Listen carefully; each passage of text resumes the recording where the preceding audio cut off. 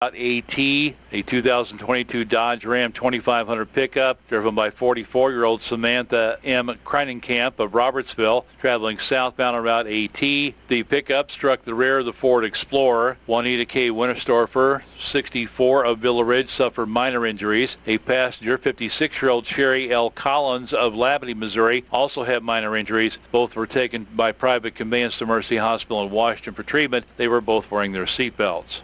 Accident occurred at 6:25 a.m. on Wednesday in Franklin County, I-44 eastbound to 247 mile marker. 2016 GMC Terrain, driven by 35-year-old Gregory S. Harrell of St. Clair, traveled off the left side of the roadway, hitting a concrete median and a guardrail. Gregory Harrell had minor injuries, was taken by Union Ambulance to Mercy Hospital in Washington for treatment. He was wearing his seatbelt. At 4:45 a.m. Wednesday in Franklin County on Highway 50 near Route C, a 2018 Ford Fusion driven by 50-year-old William W. Wade of Owensville, traveling east on Highway 50. Vehicle hydroplaned on the wet roadway, went off the left side of the highway and struck a guardrail. William Wade suffered minor injuries, was taken by Gerald EMS to Mercy Hospital in Washington for treatment. He was wearing his seatbelt. Highway Patrol reported an arrest at 11 p.m. Thursday in Franklin County. 25-year-old Kylie M. Byrne of St. Clair was arrested on a Franklin County failure to register motor vehicle and speeding, was taken to the Franklin County Adult Detention Facility and was bondable. At 1:33 p.m. Thursday in Crawford County, 37-year-old James Day Cool of Sullivan was arrested for a misdemeanor Franklin County warrant, driving while revoked, another driving while revoked, and no seatbelt. He was taken to the Crawford County Jail and was bondable. At 12:57 Thursday morning in Phelps County, 42-year-old Daniel C. Snyder of Rolla was arrested for felony tampering with a motor vehicle first degree, failure to display valid plates, failure to properly fix license plate, and failure to dim headlights. He was taken to the Phelps County Jail, placed on 24-hour hold. At 11:06 p.m. on Wednesday in Franklin County, 36-year-old Dustin R. Keller of Marthasville was arrested on a Macon County probation violation ×3, possession controlled substance, driving while revoked, and traffic offense. He was taken to the Franklin County Adult Detention Facility and was bondable. Early Wednesday morning, a pipe fence on the property of Bobcat of Rolla on the North Service Road in St. James was cut, and thieves got away with 2 Bad Boy Rebel X zero-turn mowers and a camo Bad Boy Bandit 750 UTV. Bobcat of Rolla is offering a $2,500 reward for any information leading to the apprehension of those responsible for the thefts. If you have any information that would assist them in the investigation, contact the St. James Police Department at 573-265-3777. Anonymous tips are always welcome. The Sullivan City Council met on July the 2nd. At that meeting, Mr. Paul Alexander of Executive Wood Products requested a temporary street closure at 328 Mannion Avenue to Springfield Avenue on Thursday, July 11th from 10 a.m. until 2 p.m. in order to allow parking for an event his company is hosting to be attended by Lieutenant Governor Mike Keogh. Alderman Bunk made a motion to approve the request contingent upon notification to emergency personnel. It was seconded and carried. The city administrator, J.T. Hardy, reported that a 2017 agreement with the United States Army donation program was executed by the city, but not by the Army. In order to get the agreement fully processed, the Army requires that the City of Sullivan board minutes reflect that authorization was given by the Board of Aldermen and allowing it to be signed by the city administrator. Alderman Counts made a motion to keep the howitzer cannon on display in front of City Hall. It was seconded and the motion carried. Administrator Hardy also updated the board on the progress of the 2024 Nova Chip program, adding that contingent upon weather, more of the streets should be completed next week. Mayor Watts noted that the city has been aggressive in paving streets this year. Administrator Hardy stated that this is more than 4 to 5 times in recent years, noting that also the North and South Road and East Vine Street projects also being completed this year. Under the budget review, Administrator Hardy reported that since the completion of the 2024 Comprehensive Parks Master Plan prepared by Cochran Engineering, the goals and objectives outlined are being explored with input and suggestions from Parks Director Dave Wall, along with organizers of Parks user groups. Administrator Hardy requested that board members also offer their input and help rate the importance of those issues. Administrator Hardy also reported that Parks Director Wall had been conversing with a company about revamping the swimming pool in lieu of designing and building a new one. This could result in less costs, such as around $2 million versus $8 to $10 million for a new pool. Cochran Engineering refreshed some of these numbers by making comparisons with other pools in the area, such as Washington, Union and Pacific. Lap pools and splash parks are also included in the mix. A soccer complex site study and associated costs, along with baseball and softball fields, pickleball courts, and a dog park were discussed, with Administrator Hardy noting that by adding new things means more manpower being required for their upkeep. Administrator also reported he has requested department heads to submit their input for the budget and to assist in updating that list, knowing that besides needs, there was also unknown variables. The meeting was adjourned at 7:30 p.m. There are several roads currently closed in Franklin County due to high water. These are as of Wednesday morning. Beff Road south of New Haven closed at the low water bridge due to water over the roadway. St. Johns Creek Road in the Washington area closed at the low water crossing. Old Cove Road in the St. Clair area, a temporary road closure due to a tree being blown down, taking down some power lines. Wheeler Road next to the treatment plant in Gerald was closed till further notice due to multiple culvert pipes being washed out. The expected closing of Jakes Prairie Road in the Sullivan area will be rescheduled for a later date. They were going to close that on Wednesday for cross culvert replacement, but due to the weather and high water, that's being rescheduled. Fidelity Communications is requesting that Lockhart Road be closed at the bridge on Tuesday the 9th, starting at 7 a.m. through Wednesday the 10th at approximately 3 p.m. The closure will be in effect for all vehicles, including emergency vehicles. The closure is for moving some fiber and copper lines. If you have any questions about any of those road closures, contact the Franklin County Highway Department 636-584-6264. The Missouri State Highway Patrol reminding the public the driver examinations throughout the state will be closed today for the 4th of July holiday. Normal operations resume on Monday. And Franklin County Clerk Tim Baker wants you to note the Franklin County Government Center, Judicial Center, Historic Courthouse, Highway Department, Health Department are closed today per an executive order passed by Governor Parson and the Franklin County Commission. The Franklin County Sheriff's Department remains open as they are 24 hours every day. That's a look at your local news on this Friday from the Sullivan Bank Studios of KTUI Radio. Have a great weekend, everybody. This is Bobby. Whether you love them or can't stand them, surprises are a part of life. Hi, I'm Donnie Greenwald, your Sullivan Edward Jones financial advisor, and I can help get you ready for whatever life throws at you, even the welcome surprises. As your needs change, we can change what you need to do to help you end up where you want to be. And while there is never a good time to experience unexpected costs, we can work together to help make them feel a little less unexpected. Call me at 573-468-6046 or visit edwardjones.com to get started today. Edward Jones, member SIPC. Feel the sizzling heat of summer savings at Seidenstricker Novi Partners. Rev up your summer on a John Deere compact tractor with 0% financing for 84 months with zero down. Or get 0% financing for 60 months with additional savings. It's time to elevate your equipment game. Don't let this sizzling hot deal slip away. Seidenstricker Novi, your partner for the land. Offer valid through 7/26/2024. Some restrictions apply. See dealer for details. In our recent funeral announcements, Bonnie Lou Rohr of Sullivan passed away Monday, July 1st in Washington at the age of 83. Funeral services will be held at 12 noon today at the Eaton Funeral Home in Sullivan. The interment will follow at the Upper Indian Creek Cemetery in Viburnum.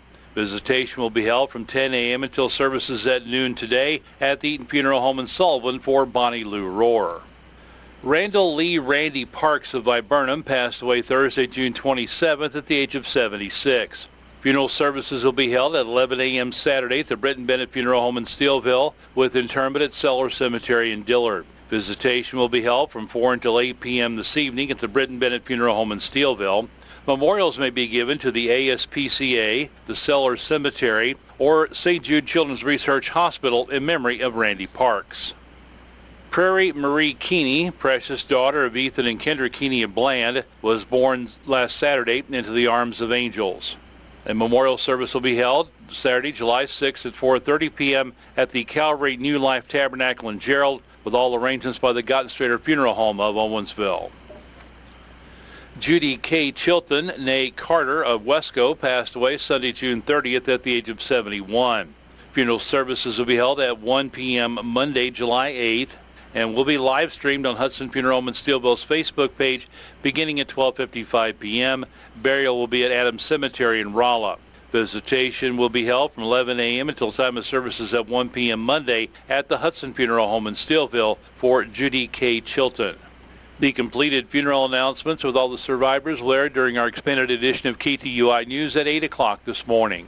New Testament Baptist Church in Sullivan is starting a new addiction recovery ministry called Life Issues. It's a biblical approach to the 12 steps, bringing scriptural principles into personal focus and making them come alive for transformational living. Whether you struggle with addictions, food, depression, anxiety, or relationships, you'll be encouraged to see how others have found a new way of life with hope for the future through this program. Life Issues will meet weekly on Thursdays at 6:30 p.m. at New Testament Baptist Church. You're not alone. To find out more, contact New Testament Baptist Church at 573-468-3334.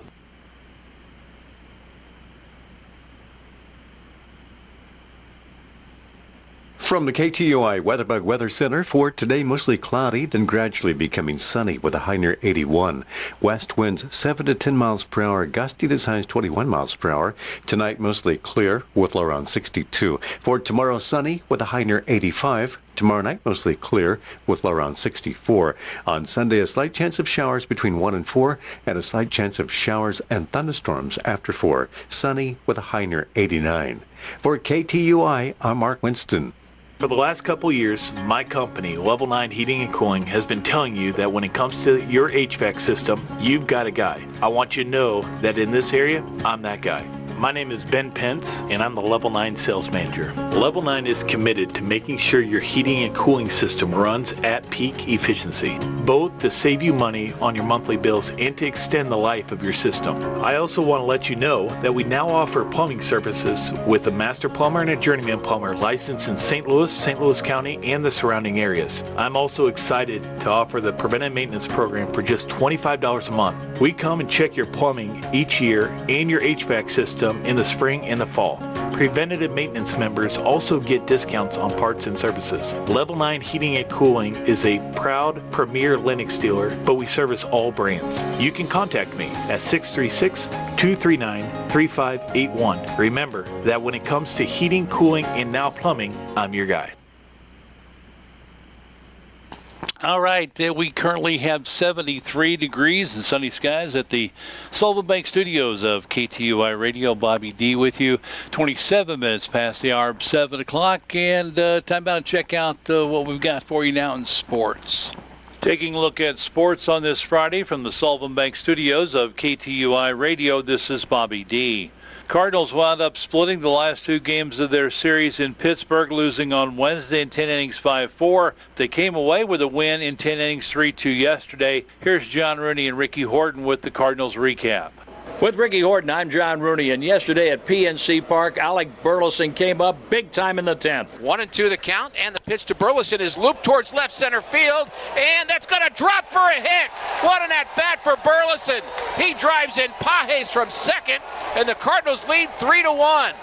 Just a defensive swing, put the ball in play, and Burleson gets it done. Pajes scores, and the Cardinals do indeed get the second run here in the 10th. That's a hitter who refused to strike out there. The Cardinals needed that, and they managed to hang on to win, leaving two runners on. An exciting game on the 4th of July as Andre Palante had a good start again for the Cardinals. John King picked up the win.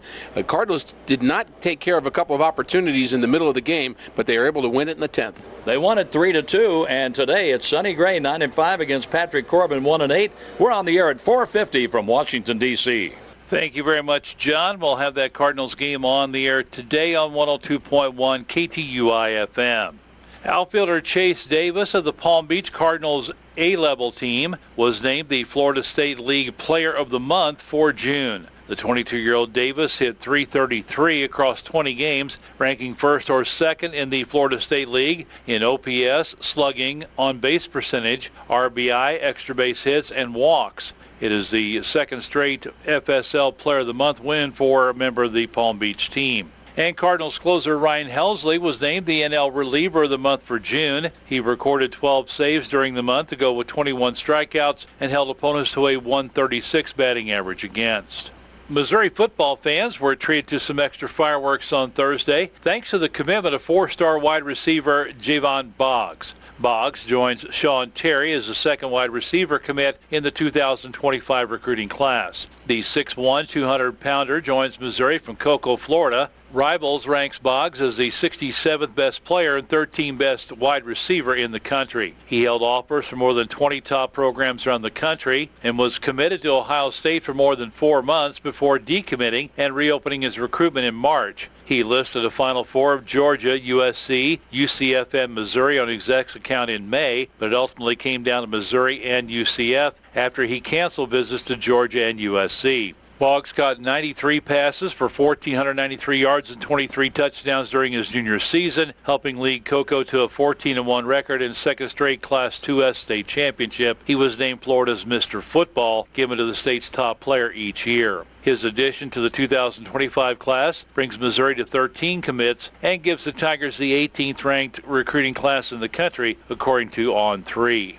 Caden Nicoletto staying in Columbia to wrap up his college baseball career. The 6-foot outfielder from Australia announced on Wednesday that he is transferring from Columbia College to Missouri for his senior season. He comes to Mizzou after a highly decorated career with the Cougars, first-team NAIA All-American and the American Midwest Conference Player of the Year this past season, setting Columbia's single-season records for hits, home runs, RBI, and total bases, and tying the single-season records for slugging percentage and total at-bats. He started all 55 games for the Cougars this year, finishing second on the team with a .412 batting average and had 27 home runs.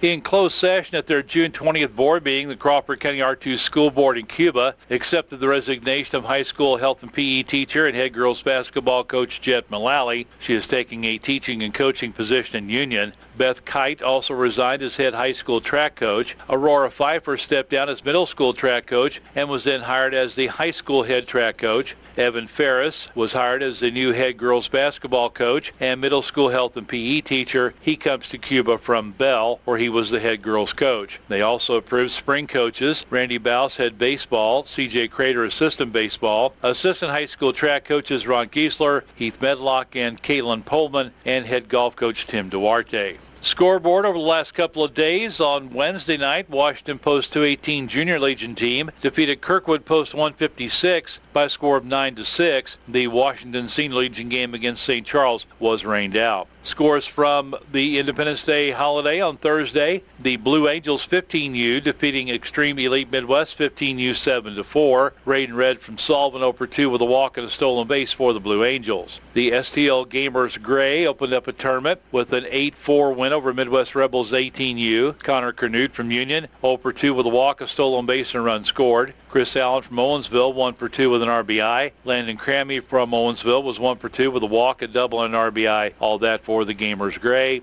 In their second game, they shut out Moco Vibe Vogel 17U 8-0. Canute was 2-3 with a double, triple, a run, and 3 RBI. Crammy was 0-2 with a walk. Scheduled for today, Adidas Athletics Gold 17-18U opening up a tournament. They'll take on the Max Prep Bats Black 17U at 9 o'clock this morning, and then Illinois Patriots 18U at 4 o'clock this afternoon. Blue Angels continue playing their tournament with the matchup against Gamers Baseball Blue 15U at 5:50 and PSA Whaley 15U at 8:10 tonight. St. Louis Gamers Blue 17U opens up a series in Kansas City, taking on P2P Miller's Vitens at 3 o'clock, and then Indiana Bull 17U Black at 7:40. Several youth summer camps coming up at Sullivan High School next week. Softball camp 8th through the 10th for incoming 2nd through 5th graders from 7:30 until 9 a.m. They'll be at Sullivan Bank Ballpark at Sullivan High School. Cost of the camp $30, includes a hair bow. Cross-country camp for boys and girls, July the 8th through the 11th. They'll be meeting at the Memorial Plaza at the high school. Open to grades 4 through 8 from 9 until 11 a.m. Cost $30, includes a camp t-shirt and a medal.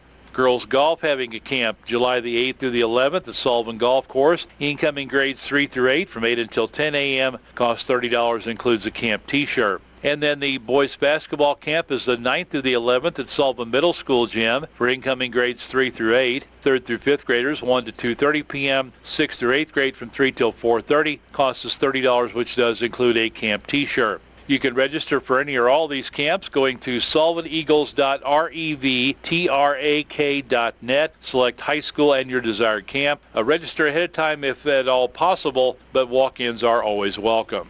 Bourbon Youth Athletic Association is sponsoring a soccer camp later this month. It'll run July 22nd through the 24th at the Calvary Baptist Church Gym at 622 Historic Route 66 in Bourbon. Open to kindergarten through 6th graders, K through 3 from 5:30 till 6:30 p.m., 4th through 6th grade from 6:40 to 7:40. Cost is $30 per player, is due the first day of camp. Each participant will learn basic fundamentals at each grade level, as well as learning how to work together in a team environment. A T-shirt will be given out on the last day of camp for those who register by July 15th. Cleats will not be allowed in the gym, so make sure you wear tennis shoes, and shin guards are recommended. If you have any questions, direct them to the soccer commissioner, Kayla Tolliver. That's kaylatolliver.byaa@gmail.com. There's also a Google form to register on their Facebook page for the Bourbon Youth Athletic Association.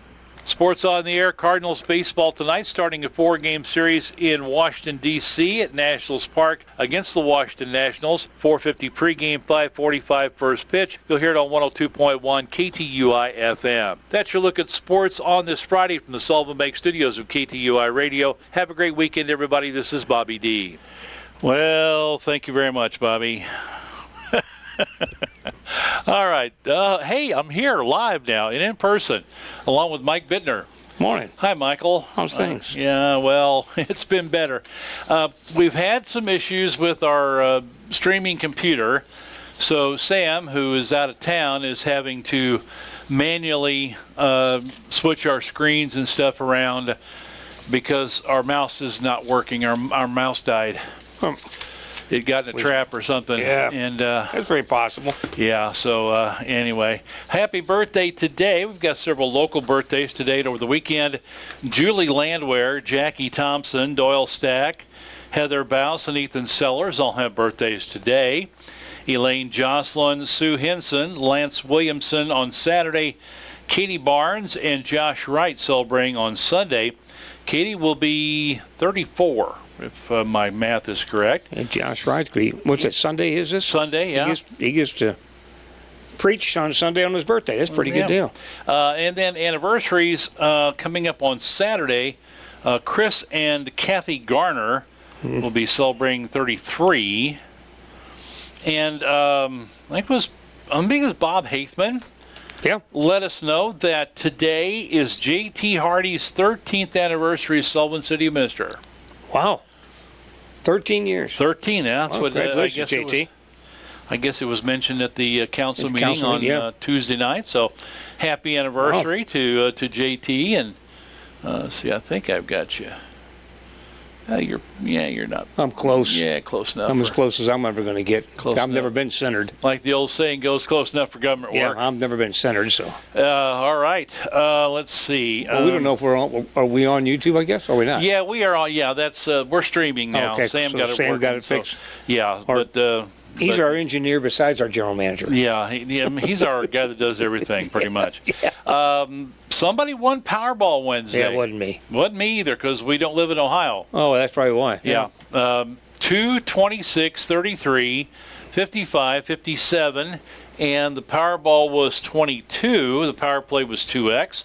There was one grand prize winning ticket from the Lottery of Ohio, and the estimated grand prize, $139.3 million. That was a $66.5 million cash value. I don't know if I could spend all that in the time I got left. I don't know how much time I got left, but I'd give it a good go. Yeah, give it a good try. Yeah. Yeah. Saturday, I guess, will be the next drawing. Yeah. And that'll be $20 million, or I think it's like a $9.5 million cash value. That's not rather paltry. Yeah, it's not really worth a ticket. Yeah, for me. it's rather paltry. It's going to be way up there for me to buy a ticket. Yeah. Well, I bought one. It just didn't win. A couple of things I want to pass along before we get going. I had so much stuff in the news, I didn't have time to work this in. But the Washington fireworks got called off last night. I'm surprised. Well, they had a lot of rain up through that area over the last couple of days, and they were forecasted. Now we got rain this morning, but the other like Wednesday and Thursday, St. James, you didn't get a thing. They got a little bit of rain Wednesday morning. Well, no, there's a river flooding issue. There's some from flood. Washington. Yeah, there's the Missouri's up all the way through from all the rain up north a couple of weeks ago. But there were some flood advisories out. There are some roads closed due to high water around the area. So, again, do not drive through water over the roadway. No matter how sure you are that turn around, don't drown. Turn around, don't drown. But anyway, due to predicted weather issues last night, the American Legion Post 218 Star Spangled Fourth fireworks show at the Washington Fairgrounds was postponed until tonight. So everything stays pretty much the same. Food and drink sales in Kids Zone starts at 6. They have a different band. They were going to have a band, but they've got somebody to fill in. So Twisted Fiction will perform tonight. Presenting of the colors and the national anthem scheduled for 9:25 with the fireworks starting at 9:30. Now then, Herman originally had all their stuff scheduled for tonight. Right. And it is on. Vendors will be at the Riverfront Park with music provided by Vernon Colbush starting at 4 o'clock. They'll have a parade beginning at 6 on Washington Street, ending on Gutenberg Street. After the parade, there'll be a free concert by the Herman City Band at the amphitheater. That'll run from 7:30 to 8:30. Fireworks display begins at 9:15 at the Riverfront Park. The park will be closed to only pedestrian traffic beginning at 7 o'clock. So boats and vehicles must be off the Riverfront Park by 7. Actually, you can't put your boat on the river now. No. The Corps of Engineers and the Coast Guard closed it to recreational and commercial. Yep. So no boats on the river anyway. If not, you'll have to remain parked until after the fireworks display and all pedestrian traffic has cleared the park. Handicap plates and tags will be allowed to park on the riverfront before 7 o'clock on a first-come basis until spots are full. And again, folks, don't park along the bridge. Yeah. No parking time. along the Kit Bond Bridge to observe the fireworks. The Highway Patrol will be monitoring the bridge and moving vehicles. Citizens will be allowed to stand along the walkway on the bridge, not the road, to observe the fireworks. City of Herman does have an ordinance against discharging of fireworks in the city limits. So, don't get an early jump on it and shoot off your fireworks. We have that too. Yeah, but yes, sometimes. So does St. James. Sometimes no, St. James lets you shoot fireworks off. Do they? Yeah, they like the 3rd, 4th, and 5th, I think is. But I know we went to the local fireworks last night. Did you? Daughter and I. They're in St. James. Had a nice little show. It was a good show. I didn't make it. The one here, I was checking the inside of my eyelids. And it didn't start till like 9:30, so I wasn't going to make that. Yeah, but everything I saw said that it was a great show. It was one of the best ones they've ever had. So that's what I've heard. So. Yeah. So no, we're a big fireworks family. We all love fireworks, and so my oldest daughter is home for the weekend. You can ooh and ah. We went up. Get your oohs and ahs in. We went up and watched those, and cut into my sleep. Yeah. But, it's sometimes sacrifices have to be made. Well, I understand that. Just, I'll sacrifice a lot, but food and sleep are not one of the two I'm going to be doing. Yeah, to do the things you want to do, sometimes things have to be sacrificed. Yeah. Hey, before we get started on anything else, I want to tell you about Midstate Paving. Jim is located out at 7653 Hardicke Road. Now, they do paving, chip seal, striping, seal coating. They also do site work and drainage work. They'll do septic services, grading, lake dredging and repair, demolition, streets, parking lots, driveways. They pretty much do it all. Mm-hmm. So if you need any of that type of work done or thinking about it, might want to know what it could cost you or what you need to do to get it done, call them at 573-627-2039. 573-627-2039 for Midstate Paving. They'll be glad to come out and take a look at your project. Does a great job. And just everybody that has work done by them just raves about it. Another thing too, they're local. Yeah. Local businesses. Supporting Take care of our local businesses. Yep, supporting the local. All right, well, even though the big guy wasn't there, they still had a pretty good turnout, live turnout for the Nathan's Famous 4th of July hot dog eating contest. Woman? Well, they have a women's division. The woman. The first time she'd ever won, I think. No, it's her 10th. It's her 10th? Who did every first-time winner? Well, the guy. Oh, was that what it was? Yeah, because Joey Chestnut wasn't there. Yeah, he got kicked out. Yeah. So anyway, Patrick Bertoletti of Chicago gobbled down 58 hot dogs in 10 minutes to win his first men's title on Thursday at the hot dog eating contest, taking advantage of the absence of the event's biggest star. Bertoletti, who's 39, won in a tight 10-minute race where the lead bounced back and forth, defeating 13 competitors from around the world. Now, he beat his prior record of 55 hot dogs at the event, which is held every Independence Day at Coney Island.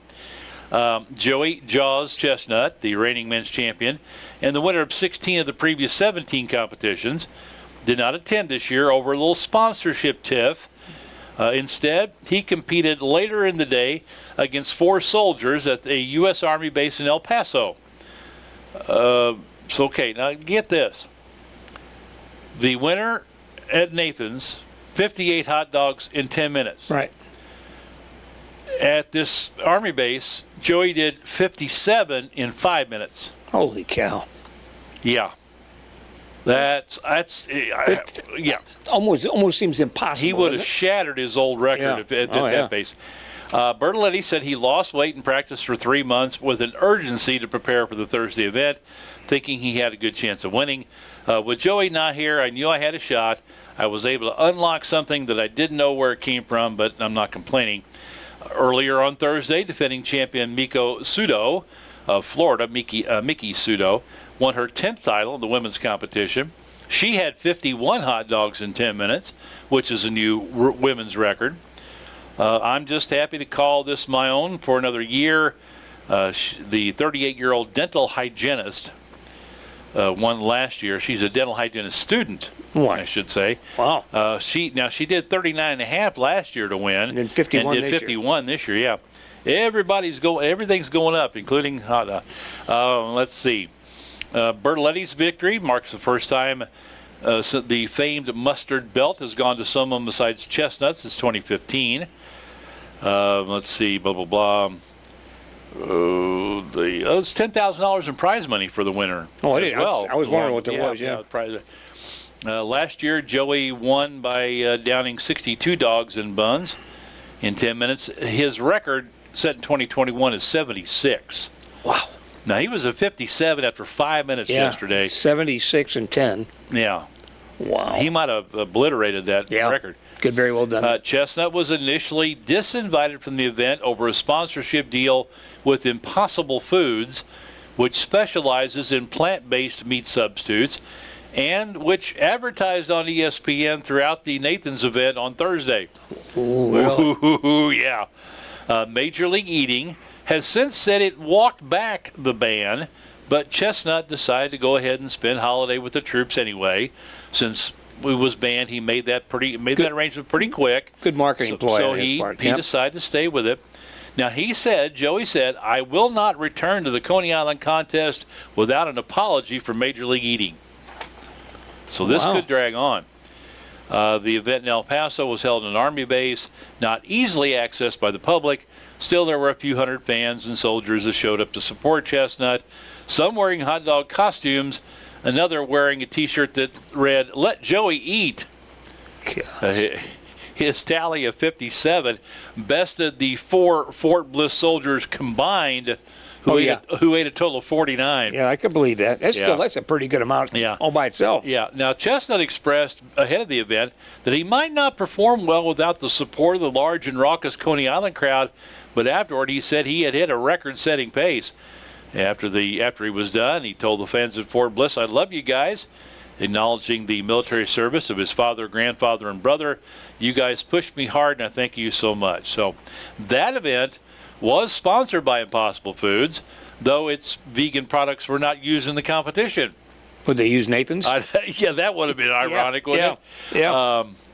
Company CEO Peter McGinnis appeared on stage with Chestnut and representatives of Operation Homefront, a charity that supports military families, and presented the organization with a $106,000 donation check, which was $1,000 for each hot dog eaten at the contest. So he didn't get anything for it.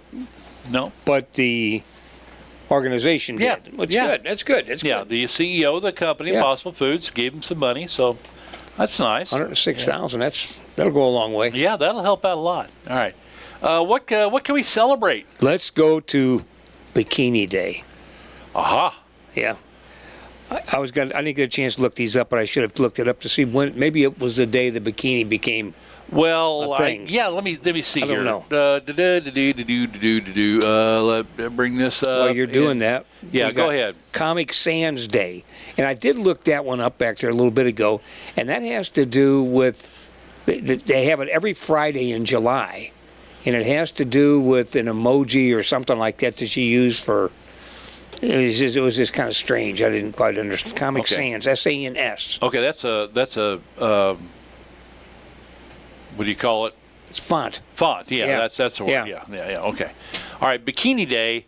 This marks the anniversary of the day the bikini debuted in 1946. 46. Okay. Although women in ancient Rome had worn something similar to the bikini while playing an early version of handball, there was much covering used on women's swimwear at the turn of the 20th century, making what would become the bikini seem unthinkable. Not only did bathing suits cover most of the body, they were often used. Bathing machines were often used as well. The strict swimsuit rules began loosening a bit, and a one-piece malots were commonly being worn by 1915. The two-piece swimsuit was popular by the early 40s, but unlike many swimsuits of today, it covered the navel, hips, and much of the buttocks. It was prominently worn by film stars such as Rita Hayworth and Ava Gardner. At this time, the Hays production code allowed two-piece bathing suits in film, but not the showing of the belly button. There you go. Yep. And that stayed around for a long time on TV, too. In 1946, at a time when good-looking women were known as bombshells from the atomic bomb at Bikini Atoll, two Frenchmen designed two-piece swimsuits that had names related to bombs and were meant to shock just like them. Designer Jacques Heim had a beach shop in Cannes, France, creating a two-piece swimsuit and called it Atome, or Atom in English. Also during that year, Louis Reard, a French engineer who ran his mother's lingerie shop, made a two-piece swimsuit that exposed the navel. He called it the Bikini and introduced it 4 days after the U.S. began nuclear testing at the Bikini Atoll. Yeah. So that's kind of where that came from. And then it kind of went back and forth after that between those two, and and they've covered less and less every year since. I was just going to say that, yeah. Less and less material. Oh, now you know. Yeah, and they cost more. Yeah. There's not that much to them, and they still cost. Yeah. Yep. I'm like, you figure that one out. I need to go buy a suit. I've got a sport coat, but I need to go buy a suit. I was kind of glancing online yesterday, kind of getting an idea of what they cost. Yeah. I almost went into cardiac arrest when I saw what a suit cost. It's been a long time since I bought one. Yeah. All right. I saw this, and this is just another one of many examples we see. Well, hold on. I interrupted you. That's right. Go ahead and finish. Okay. Go ahead and finish. Mechanical pencil day. Oh, yeah. I love mechanical pencils. I use them all the time. And then this one here I can get behind. I bet you can too. National Apple Turnover Day. Ooh, what? Apple, cherry, blueberry. I don't care. It's turnovers. Chocolate. Yep, doesn't matter. Peach. To me. Yeah. National Graham Cracker Day. Now, yeah, I like graham crackers. I do too. But I can only eat one or two of them, the squares, if there's not, like, when we were kids, if we were good, which wasn't very often. I go say. But if we were good, it's a big if. Mom used to take, and she would. My mother cooked all the time. She baked all the time. Yeah. She always had icing. Oh yeah. And she would take and put icing in between the graham crackers. Yeah. And I still do that. As punishment, though, if we weren't good, the one that wasn't good had to sit at the table and watch the other three, or actually only two then at that time. Yeah. The other two eat them. But didn't get any. Well, no, that hurt. Yeah, that was a good institution. Yeah. No, I like icing on mine. Yeah, we do that. Everyone just, if you got one of those little plastic icing containers and you didn't use all of it for whatever, just get it out. Yep. Put it on. I love peanut butter on mine. I'll drizzle some chocolate syrup on them every once in a while. I've never done that. It's an opportunity. That's a thought, though. Yeah, try it sometime. And then last one is National Workaholics Day. And I used to be. I am not anymore. I've outgrown that.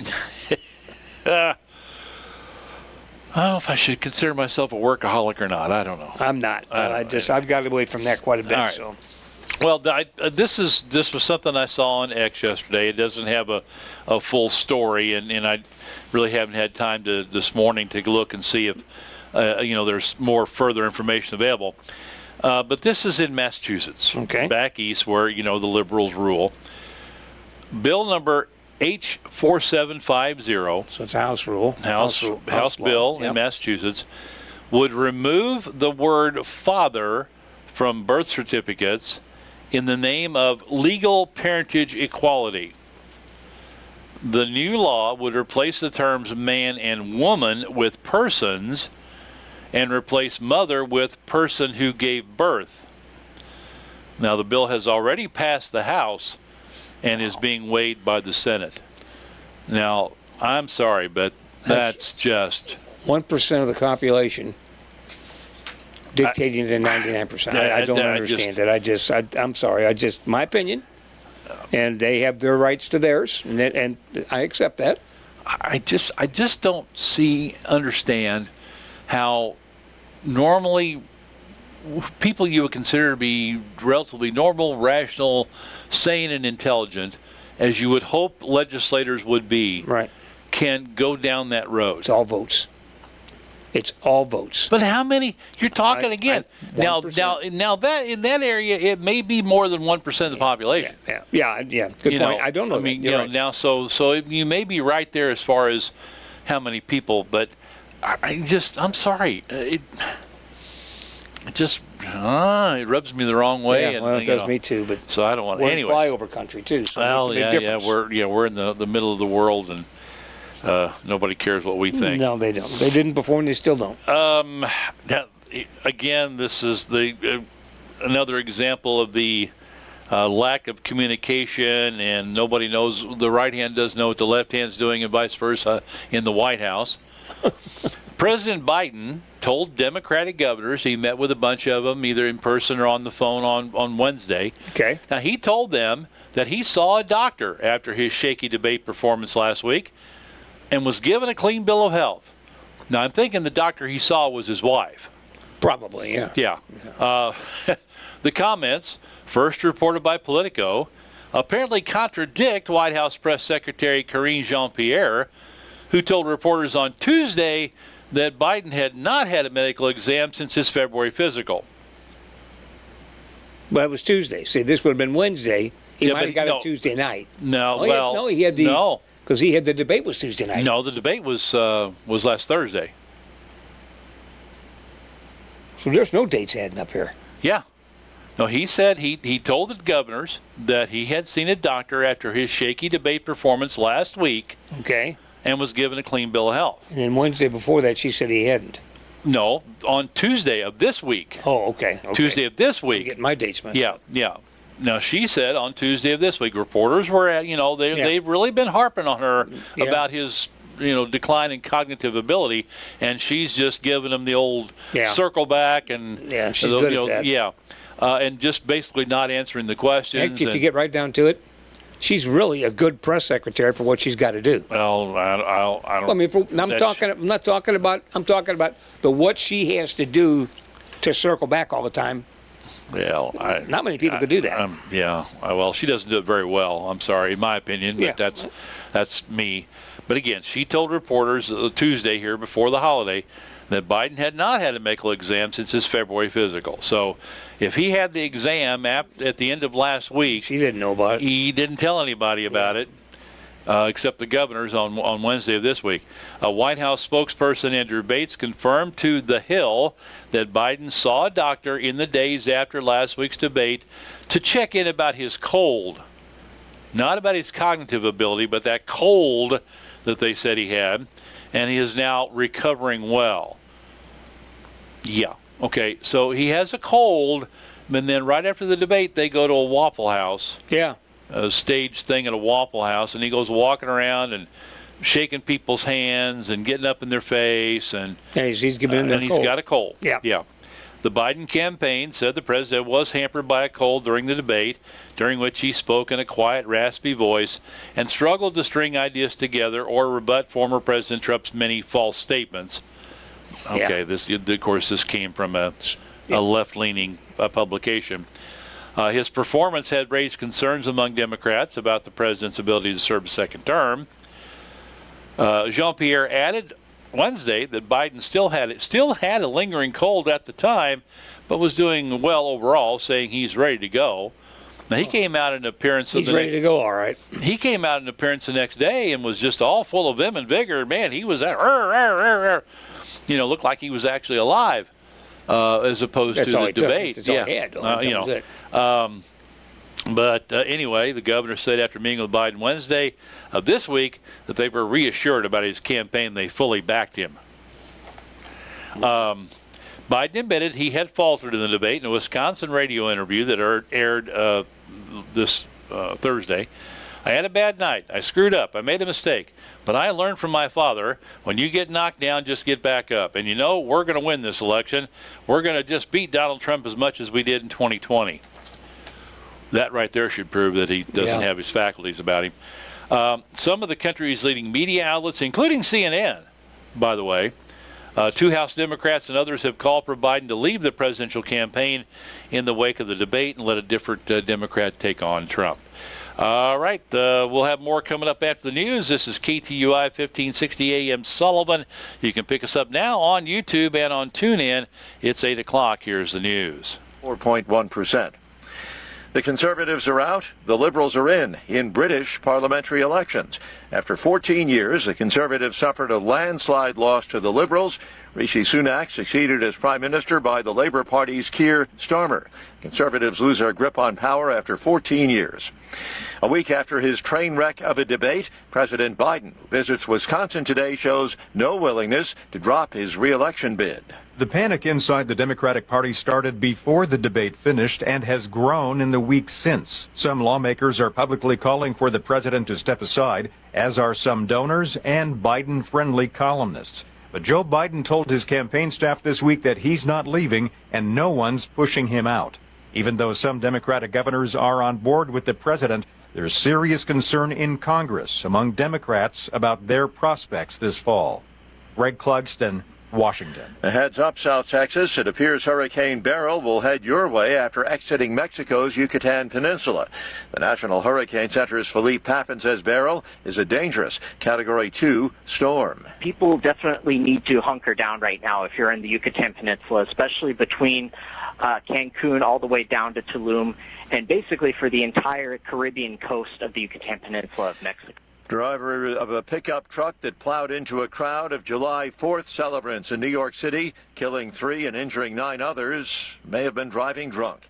That's according to investigators who say they have the motorist in custody. Watching Wall Street, the Dow is 36 points higher, NASDAQ up 14. Townhall.com.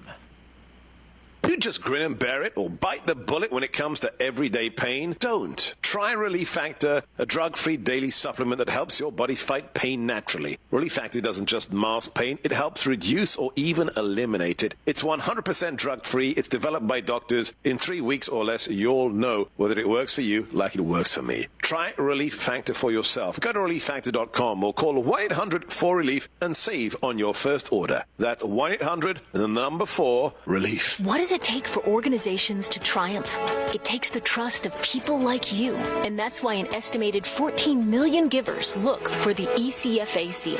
Over 2,700 leading ministries across the U.S. display ECFA seal, demonstrating that they live up to biblical standards of financial accountability, responsible governance, and trust. So next time you donate, look for the ECFA seal, a widely recognized symbol of trust. Visit ecfa.org/trust to learn more.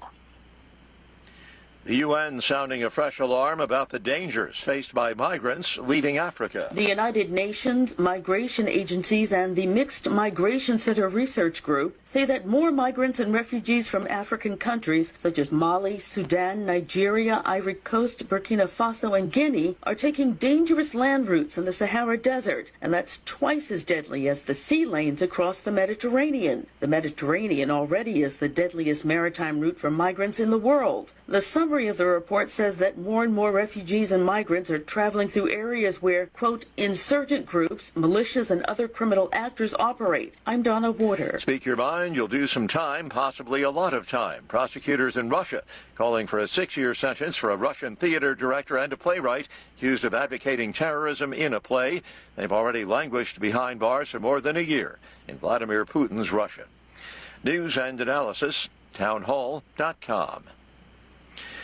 Iranians voting in a runoff election today to replace the late President Ibrahim Raisi, who died in a plane crash. Voters will choose between the hardline former nuclear negotiator Saeed Jalili and the reformist candidate Masoud Pezeshkian, who has aligned himself with those seeking a return to the 2015 nuclear deal with world powers. After record low turnout in the first round of voting on June 28, it remains unclear how many Iranians will take part in Friday's poll, while 85-year-old Supreme Leader Ayatollah Ali Khamenei has final say on all matters of state. Presidents can bend Iran toward confrontation or negotiations with the West. I'm Charles de Ledesma. The German government has an agreement on its 2025 budget and a stimulus package for Europe's largest economy. It eases a months-long squabble that had threatened to upend Chancellor Olaf Scholz's center-left coalition. More on these stories, townhall.com.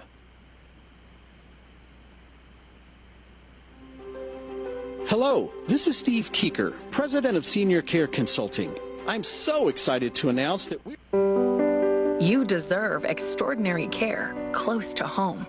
From primary care to advanced specialties right here in Sullivan, and access to all that BJC Healthcare has to offer. We're here to provide the care you need. Missouri Baptist Sullivan Hospital and BJC Healthcare. Care that is comprehensive, coordinated, and completely about you. Learn more at MissouriBaptistSullivan.org. With News on Missouri Net, I'm Marshall Griffin. The Missouri State Highway Patrol is warning boaters to keep safety top of mind this holiday weekend by designating a sober captain. Law enforcement will be out in full force as part of Operation Dry Water. They'll be watching for those violating boating under the influence laws. The 4th of July is over, but you can expect to still hear and see fireworks this weekend. Some items being sold into big tents don't go bang, and they're considered fine for kids, but Dr. Anna Kitzman, an ophthalmologist, disagrees. Even sparklers are dangerous. You know, we often think that sparklers are kind of safe for children, but they, you know, can burn at 1800 degrees Fahrenheit. So even sparklers are not safe for children. So really, my number one suggestion would be to please just leave the fireworks to the professionals. And Missouri's Drought Assessment Committee is scheduled to meet later this month to review the status of the current drought.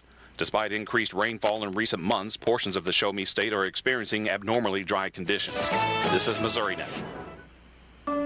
Not all people are the same. And yet, when we visit the doctor, our treatments don't look that different. Why is that? Because we just don't have enough information to do it better. By gathering health data from 1 million people, our country's best researchers will be able to develop treatments that are as unique and complex as we are.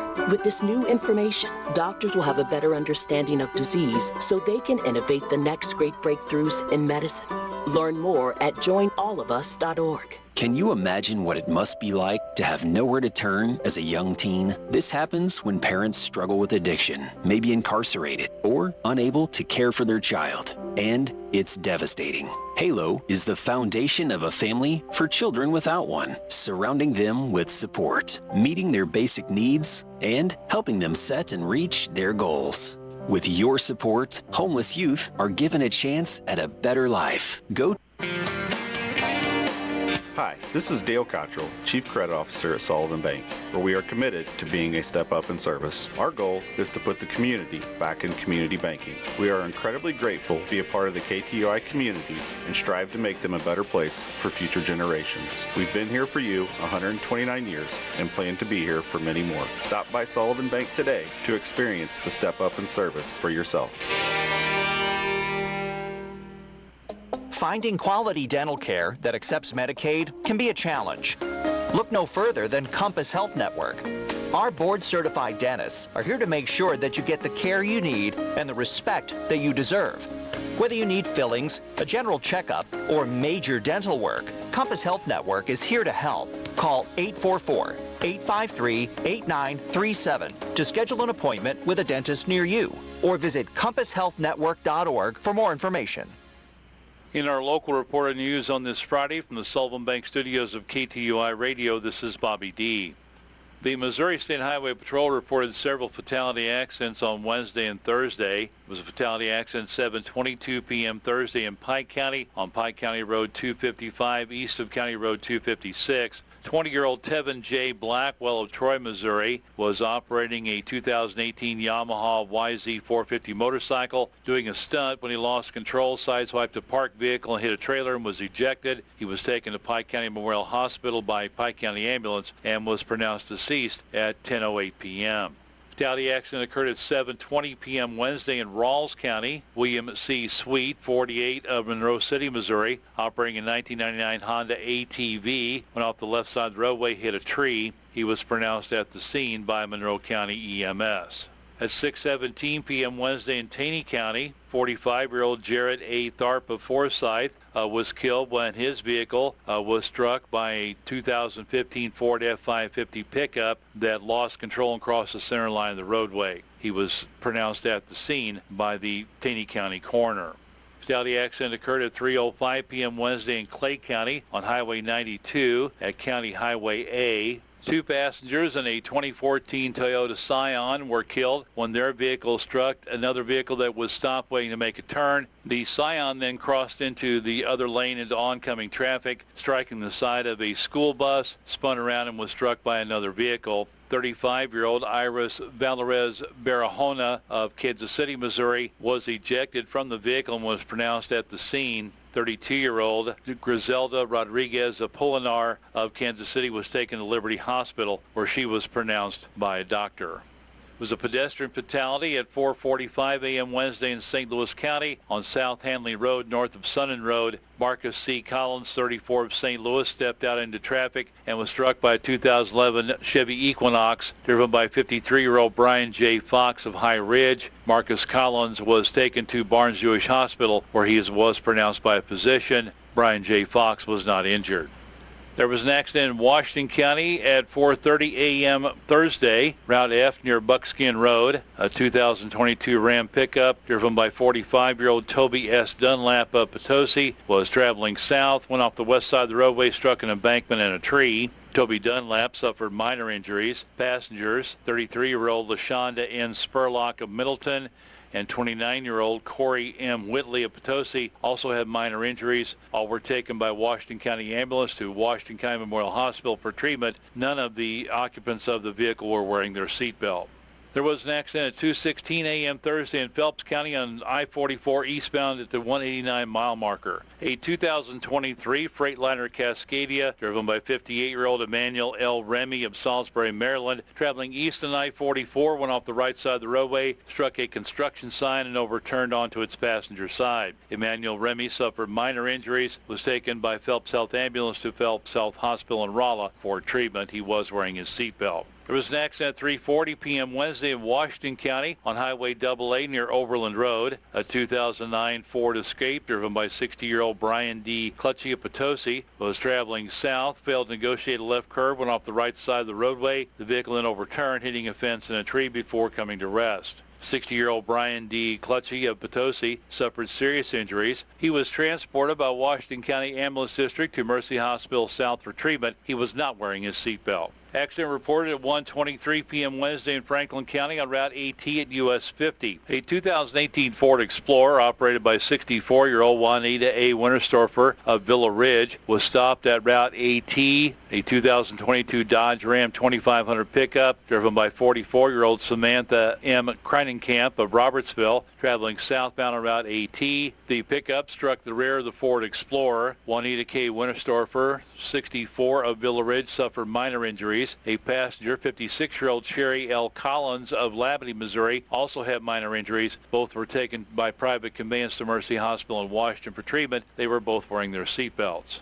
Accident occurred at 6:25 a.m. on Wednesday in Franklin County, I-44 eastbound to 247-mile marker. 2016 GMC Terrain, driven by 35-year-old Gregory S. Harrell of St. Clair, traveled off the left side of the roadway, hitting a concrete median and a guardrail. Gregory Harrell had minor injuries, was taken by Union Ambulance to Mercy Hospital in Washington for treatment. He was wearing his seatbelt.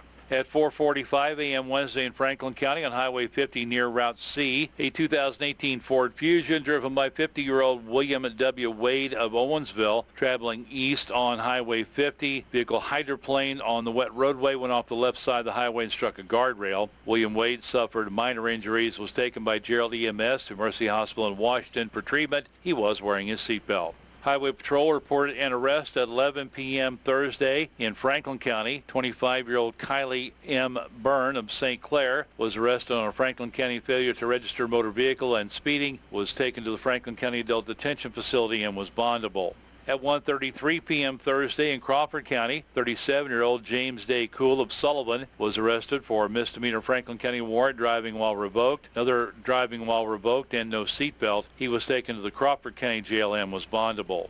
At 12:57 Thursday morning in Phelps County, 42-year-old Daniel C. Snyder of Rolla was arrested for felony tampering with a motor vehicle first degree, failure to display valid plates, failure to properly affix license plate, and failure to dim headlights. He was taken to the Phelps County Jail, placed on 24-hour hold.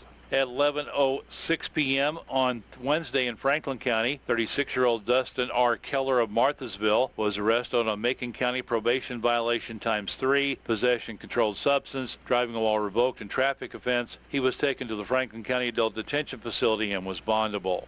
Early Wednesday morning, a pipe fence on the property of Bobcat of Rolla on the North Service Road in St. James was cut, and thieves got away with 2 Bad Boy Rebel X zero-turn mowers and a camo Bad Boy Bandit 750 UTV. Bobcat of Rolla is offering a $2,500 reward for any information leading to the apprehension of those responsible for the thefts. If you have any information that would assist them in the investigation, contact the St. James Police Department at 573-265-3777. Anonymous tips are always welcome. The Sullivan City Council met on July the 2nd. At that meeting, Mr. Paul Alexander of Executive Wood Products requested a temporary street closure at 328 Mannion Avenue to Springfield Avenue on Thursday, July 11th from 10 a.m. until 2 p.m. in order to allow parking for an event his company is hosting to be attended by Lieutenant Governor Mike Keogh. Alderman Bunk made a motion to approve the request contingent upon notification to emergency personnel. It was seconded and carried. The city administrator, J.T. Hardy, reported that a 2017 agreement with the United States Army donation program was executed by the city, but not by the Army. In order to get the agreement fully processed, the Army requires that the City of Sullivan board minutes reflect that authorization was given by the Board of Aldermen and allowing it to be signed by the city administrator. Alderman Counts made a motion to keep the howitzer cannon on display in front of City Hall. It was seconded and the motion carried. Administrator Hardy also updated the board on the progress of the 2024 Nova Chip program, adding that contingent upon weather, more of the streets should be completed next week. Mayor Watts noted that the city has been aggressive in paving streets this year. Administrator Hardy stated that this is more than 4 to 5 times in recent years, noting that also the North and South Road and East Vine Street projects also being completed this year.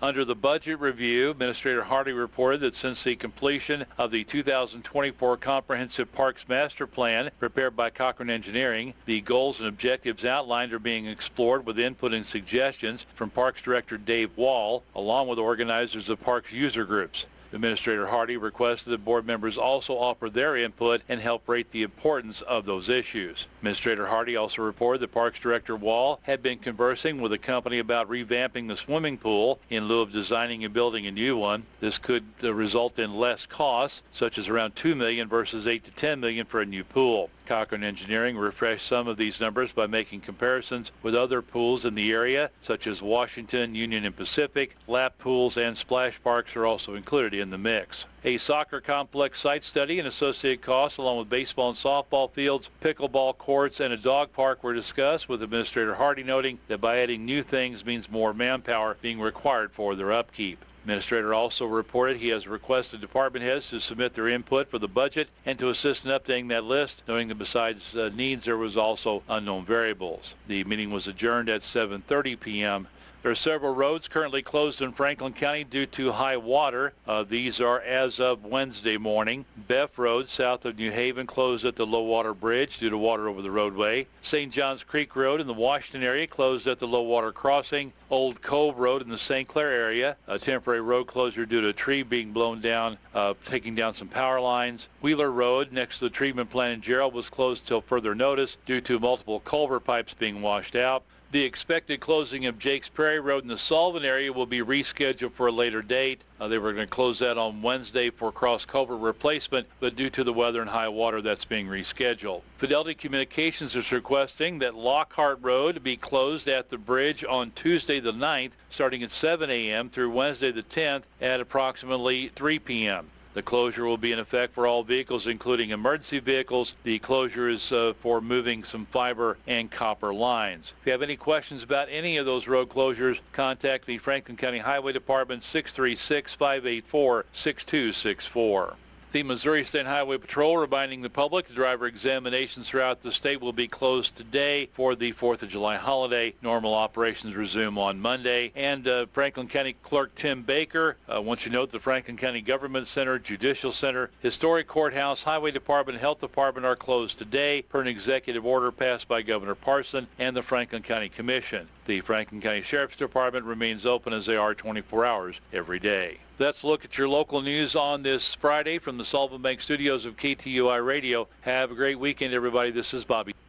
Feel the sizzling heat of summer savings at Seidenstricker Nobe Partners. Rev up your summer on a John Deere compact tractor with 0% financing for 84 months with zero down. Or get 0% financing for 60 months with additional savings. It's time to elevate your equipment game. Don't let this sizzling hot deal slip away. Seidenstricker Nobe, your partner for the land.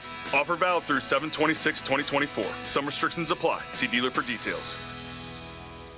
New Testament Baptist Church in Sullivan is starting a new addiction recovery ministry called Life Issues. It's a biblical approach to the 12 steps, bringing scriptural principles into personal focus and making them come alive for transformational living. Whether you struggle with addictions, food, depression, anxiety, or relationships, you'll be encouraged to see how others have found a new way of life with hope for the future through this program. Life Issues will meet weekly on Thursdays at 6:30 p.m. at New Testament Baptist Church. You're not alone. To find out more, contact New Testament Baptist Church at 573-468-3334. In our recent funeral announcements, Bonnie Lou Rohr of Sullivan passed away Monday, July 1st in Washington at the age of 83. She is survived by 4 children: Roger Richardson of Owensville, Karen Fritz of Sullivan, Frederick Ogle and fiancé Jerry Thorpe of Rockford, Illinois, and Terry Ogle and wife Michelle of St. Charles. 2 sisters, Irene Britton of Michigan and Barbara Jenkins of Sullivan. 14 grandchildren, 12 great-grandchildren, many nieces, nephews, cousins, other relatives, and friends. Funeral services will be held at 12 noon today at the Eaton Funeral Home in Sullivan. The interment will follow at the Upper Indian Creek Cemetery in Viburnum. Visitation will be held from 10 a.m. until services at noon today at the Eaton Funeral Home in Sullivan for Bonnie Lou Rohr. Randall Lee Randy Parks of Viburnum passed away Thursday, June 27th at the age of 76. He is survived by his wife Tina, 2 sons, Rodney and significant other Aaron Bailey of Elon, North Carolina, and Christopher and wife Michelle Parks of Sullivan, a daughter, Lynn, and husband Kelly Asher of Republic, his brother Ken and wife Debbie Parks of Leslie, 8 grandchildren, 5 great-grandchildren, nieces, nephews, other relatives, and many friends. Funeral services will be held Saturday at 11 a.m. at the Britton Bennett Funeral Home in Steelville, with interment at Sellers Cemetery in Dillard. Visitation will be held from 4 till 8 p.m. tonight at the Britton Bennett Funeral Home in Steelville. Memorials may be given to the ASPCA, the Sellers Cemetery, or St. Jude Children's Research Hospital in memory of Randy Parks. Prairie Marie Keeney, precious daughter of Ethan and Kendra Keeney of Bland, was born Saturday, June 29th into the arms of the angels. Along with her parents, she is survived by her grandparents, Steve and Tina Keeney of Owensville, and James and Annette Kelly of Bland. Great-grandparents, Clyde Zelch Sr. and Sharon Zelch, both of Rosebud, sisters River and Sunny Keeney, and a brother Forrest Keeney. A memorial service for Prairie Marie Keeney will be held this Saturday at 4:30 p.m. at Calvary New Life Tabernacle in Gerald. All arrangements under the direction of the Gottenstrader Funeral Home in Owensville. Judy K. Chilton, née Carter of Wesco, passed away Sunday, June 30th at the age of 71. She is survived by her husband Larry, her children Larry Peanut and wife Tina Chilton Jr. of Steelville, and Stephanie Adkins of Wesco, sisters Carolyn Dunham of Jeff City and Peggy Fideli of Sarasota, Florida, 4 grandchildren, 5 great-grandchildren, nieces, nephews, cousins, and friends.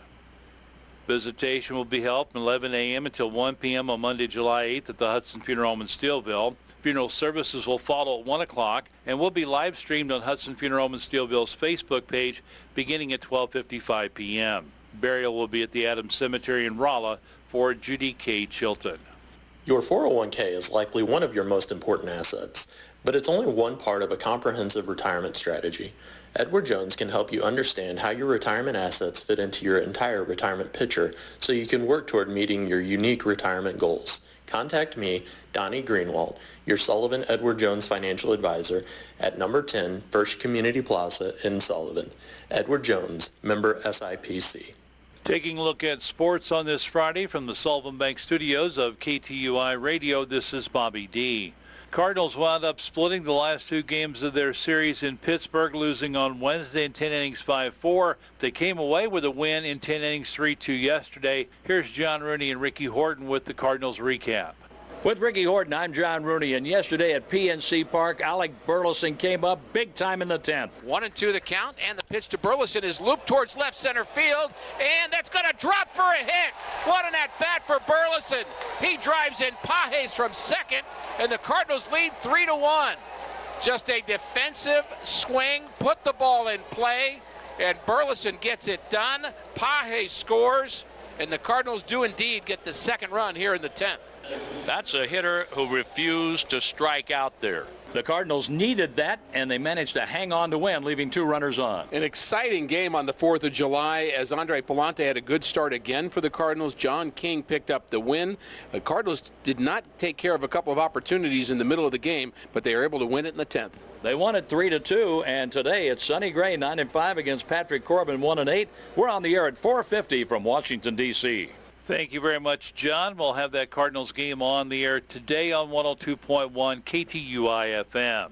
Outfielder Chase Davis of the Palm Beach Cardinals A-level team was named the Florida State League Player of the Month for June. The 22-year-old Davis hit .333 across 20 games, ranking first or second in the Florida State League in OPS, slugging, on-base percentage, RBI, extra base hits, and walks. It is the second straight FSL Player of the Month win for a member of the Palm Beach team. And Cardinals closer Ryan Helsley was named the NL Reliever of the Month for June. He recorded 12 saves during the month to go with 21 strikeouts and held opponents to a .136 batting average against.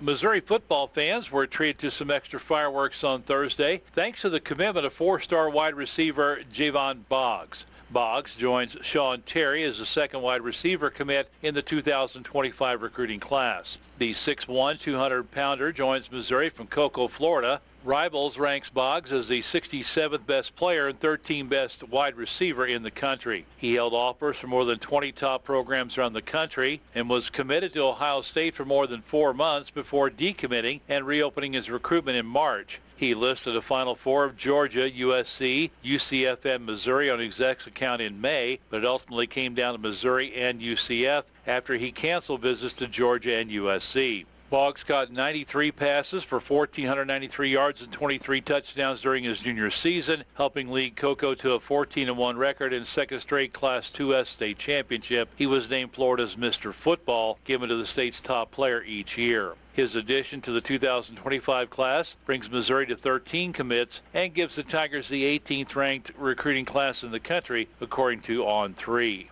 Caden Nicoletto staying in Columbia to wrap up his college baseball career. The 6-foot outfielder from Australia announced on Wednesday that he is transferring from Columbia College to Missouri for his senior season. He comes to Mizzou after a highly decorated career with the Cougars, first-team NAIA All-American and the American Midwest Conference Player of the Year this past season, setting Columbia's single-season records for hits, home runs, RBI, and total bases, and tying the single-season records for slugging percentage and total at-bats. He started all 55 games for the Cougars this year, finishing second on the team with a .412 batting average and had 27 home runs. In closed session at their June 20th board meeting, the Crawford County R2 School Board in Cuba accepted the resignation of high school health and PE teacher and head girls basketball coach Jet Mullally. She is taking a teaching and coaching position in Union. Beth Kite also resigned as head high school track coach. Aurora Pfeiffer stepped down as middle school track coach and was then hired as the high school head track coach. Evan Ferris was hired as the new head girls basketball coach and middle school health and PE teacher. He comes to Cuba from Bell, where he was the head girls coach. They also approved spring coaches. Randy Baus, head baseball, CJ Crater, assistant baseball, assistant high school track coaches Ron Giesler, Heath Medlock, and Caitlin Pullman, and head golf coach Tim Duarte. Scoreboard over the last couple of days. On Wednesday night, Washington Post 218 Junior Legion team defeated Kirkwood Post 156 by a score of 9-6. The Washington Senior Legion game against St. Charles was rained out. Scores from the Independence Day holiday on Thursday. The Blue Angels 15U defeating Extreme Elite Midwest 15U 7-4. Raiden Red from Sullivan 0-2 with a walk and a stolen base for the Blue Angels. The STL Gamers Gray opened up a tournament with an 8-4 win over Midwest Rebels 18U. Connor Canute from Union 0-2 with a walk, a stolen base, and a run scored. Chris Allen from Owensville 1-2 with an RBI. Landon Crammy from Owensville was 1-2 with a walk, a double, and an RBI. All that for the Gamers Gray. In their second game, they shut out Moco Vibe Vogel 17U 8-0. Canute was 2-3 with a double, triple, a run, and 3 RBI. Crammy was 0-2 with a walk. Scheduled for today, Adidas Athletics Gold 17-18U opening up a tournament. They'll take on the Max Prep Bats Black 17U at 9 o'clock this morning, and then Illinois Patriots 18U at 4 o'clock this afternoon. Blue Angels continue playing their tournament with the matchup against Gamers Baseball Blue 15U at 5:50 and PSA Whaley 15U at 8:10 tonight. St. Louis Gamers Blue 17U opens up a series in Kansas City, taking on P2P Miller's Vitens at 3 o'clock, and then Indiana Bull 17U Black at 7:40. Several youth summer camps coming up at Sullivan High School next week. Softball camp 8th through the 10th for incoming 2nd through 5th graders from 7:30 until 9 a.m. They'll be at Sullivan Bank Ballpark at Sullivan High School. Cost of the camp $30, includes a hair bow. Cross country camp for boys and girls July the 8th through the 11th. They'll be meeting at the Memorial Plaza at the high school. Open to grades 4 through 8 from 9 until 11 a.m. Cost $30, includes a camp t-shirt and a medal. Girls golf having a camp July the 8th through the 11th at Sullivan Golf Course. Incoming grades 3 through 8 from 8 until 10 a.m. Cost $30, includes a camp t-shirt. And then the boys basketball camp is the 9th through the 11th at Sullivan Middle School Gym for incoming grades 3 through 8. 3rd through 5th graders 1 to 2:30 p.m. 6th through 8th grade from 3 till 4:30. Cost is $30, which does include a camp t-shirt. You can register for any or all these camps going to sullivaneagles.revtrak.net. Select high school and your desired camp. Register ahead of time if at all possible, but walk-ins are always welcome. Bourbon Youth Athletic Association sponsoring a soccer camp later this month. It'll run July 22nd through the 24th at the Calvary Baptist Church Gym at 622 Historic Route 66 in Bourbon. Open to kindergarten through 6th graders, K through 3 from 5:30 till 6:30 p.m., 4th through 6th grade from 6:40 to 7:40. Cost is $30 per player, is due the first day of camp. Each participant will learn basic fundamentals at each grade level, as well as learning how to work together in a team environment. A t-shirt will be given out on the last day of camp for those who register by July 15th. Cleats will not be allowed in the gym, so make sure you wear tennis shoes, and shin guards are recommended. If you have any questions, direct them to the soccer commissioner, Kayla Tolliver. That's kaylatolliver.byaa@gmail.com. There's also a Google form to register on their Facebook page for the Bourbon Youth Athletic Association. Sports on the air. Cardinals baseball tonight, starting a 4-game series in Washington, D.C. at Nationals Park against the Washington Nationals. 4:50 pregame, 5:45 first pitch. You'll hear it on 102.1 KTUI FM. That's your look at sports on this Friday from the Sullivan Bank Studios of KTUI Radio. Have a great weekend, everybody. This is Bobby D. For the last couple years, my company, Level 9 Heating and Cooling, has been telling you that when it comes to your HVAC system, you've got a guy. I want you to know that in this area, I'm that guy. My name is Ben Pence, and I'm the Level 9 sales manager. Level 9 is committed to making sure your heating and cooling system runs at peak efficiency, both to save you money on your monthly bills and to extend the life of your system. I also want to let you know that we now offer plumbing services with a master plumber and a journeyman plumber licensed in St. Louis County, and the surrounding areas. I'm also excited to offer the preventive maintenance program for just $25 a month. We come and check your plumbing each year and your HVAC system in the spring and the fall.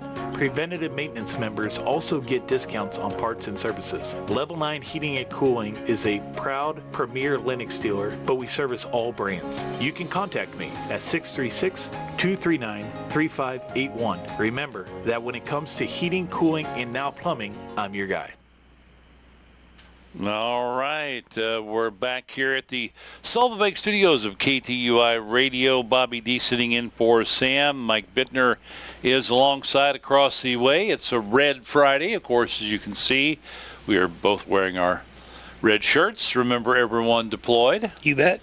And a lot of other stuff going on. Birthdays locally: Julie Landwehr, Jackie Thompson, Doyle Stack, Heather Bouse, and Ethan Sellers all celebrating birthdays today. Elaine Jocelyn, Sue Henson, Lance Williamson will be celebrating on Saturday. Katie Barnes and Josh Wright having birthdays on Sunday. Katie will be 34. Chris and Kathy Garner are celebrating their 33rd anniversary on Saturday. And Sullivan City Administrator J.T. Hardy celebrating his 13th work anniversary. That's almost unbelievable. Today, 13 years as Sullivan City Administrator for JT, and does a fine job. So you see JT, wish him happy work anniversary. So I see him running all the time. Yeah.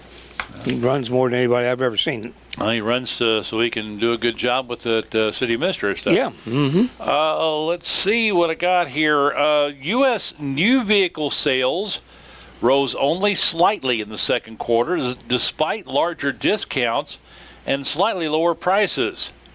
But brisker sales could be on the horizon.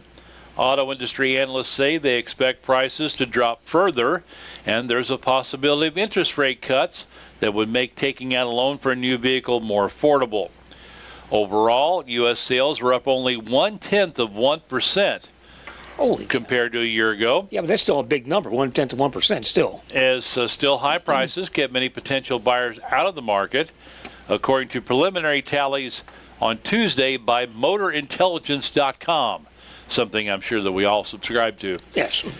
Sales were crimped in late June when cyber attacks knocked out software from CDK Global that dealerships use to do sales paperwork.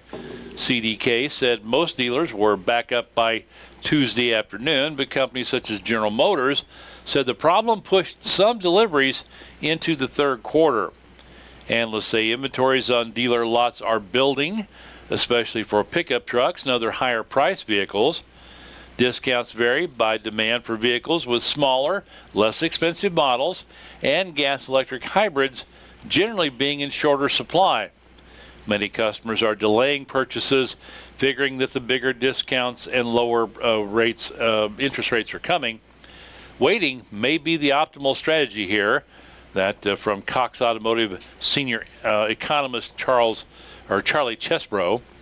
Toyota, which sells many popular gas-electric hybrids, posted a 9.2% sales increase from April through June. Ooh. Honda sales were up 2.7%. GM posted just a 0.3% gain. Hyundai was a 1.8% increase. Subaru up 5.4%. Sales at Stellantis, which is Chrysler, Dodge, Jeep, Ram, dropped 20.7%. Wow. In the second quarter, with the Ram brand off 26%, Jeep was off 19%. Nissan sales fell 3.1%, Kia down 1.6%. Doesn't say anything about Ford. Yeah, I was just going to ask what Ford's did. Yeah, together, automakers reported selling roughly 4.13 million new vehicles from April through June.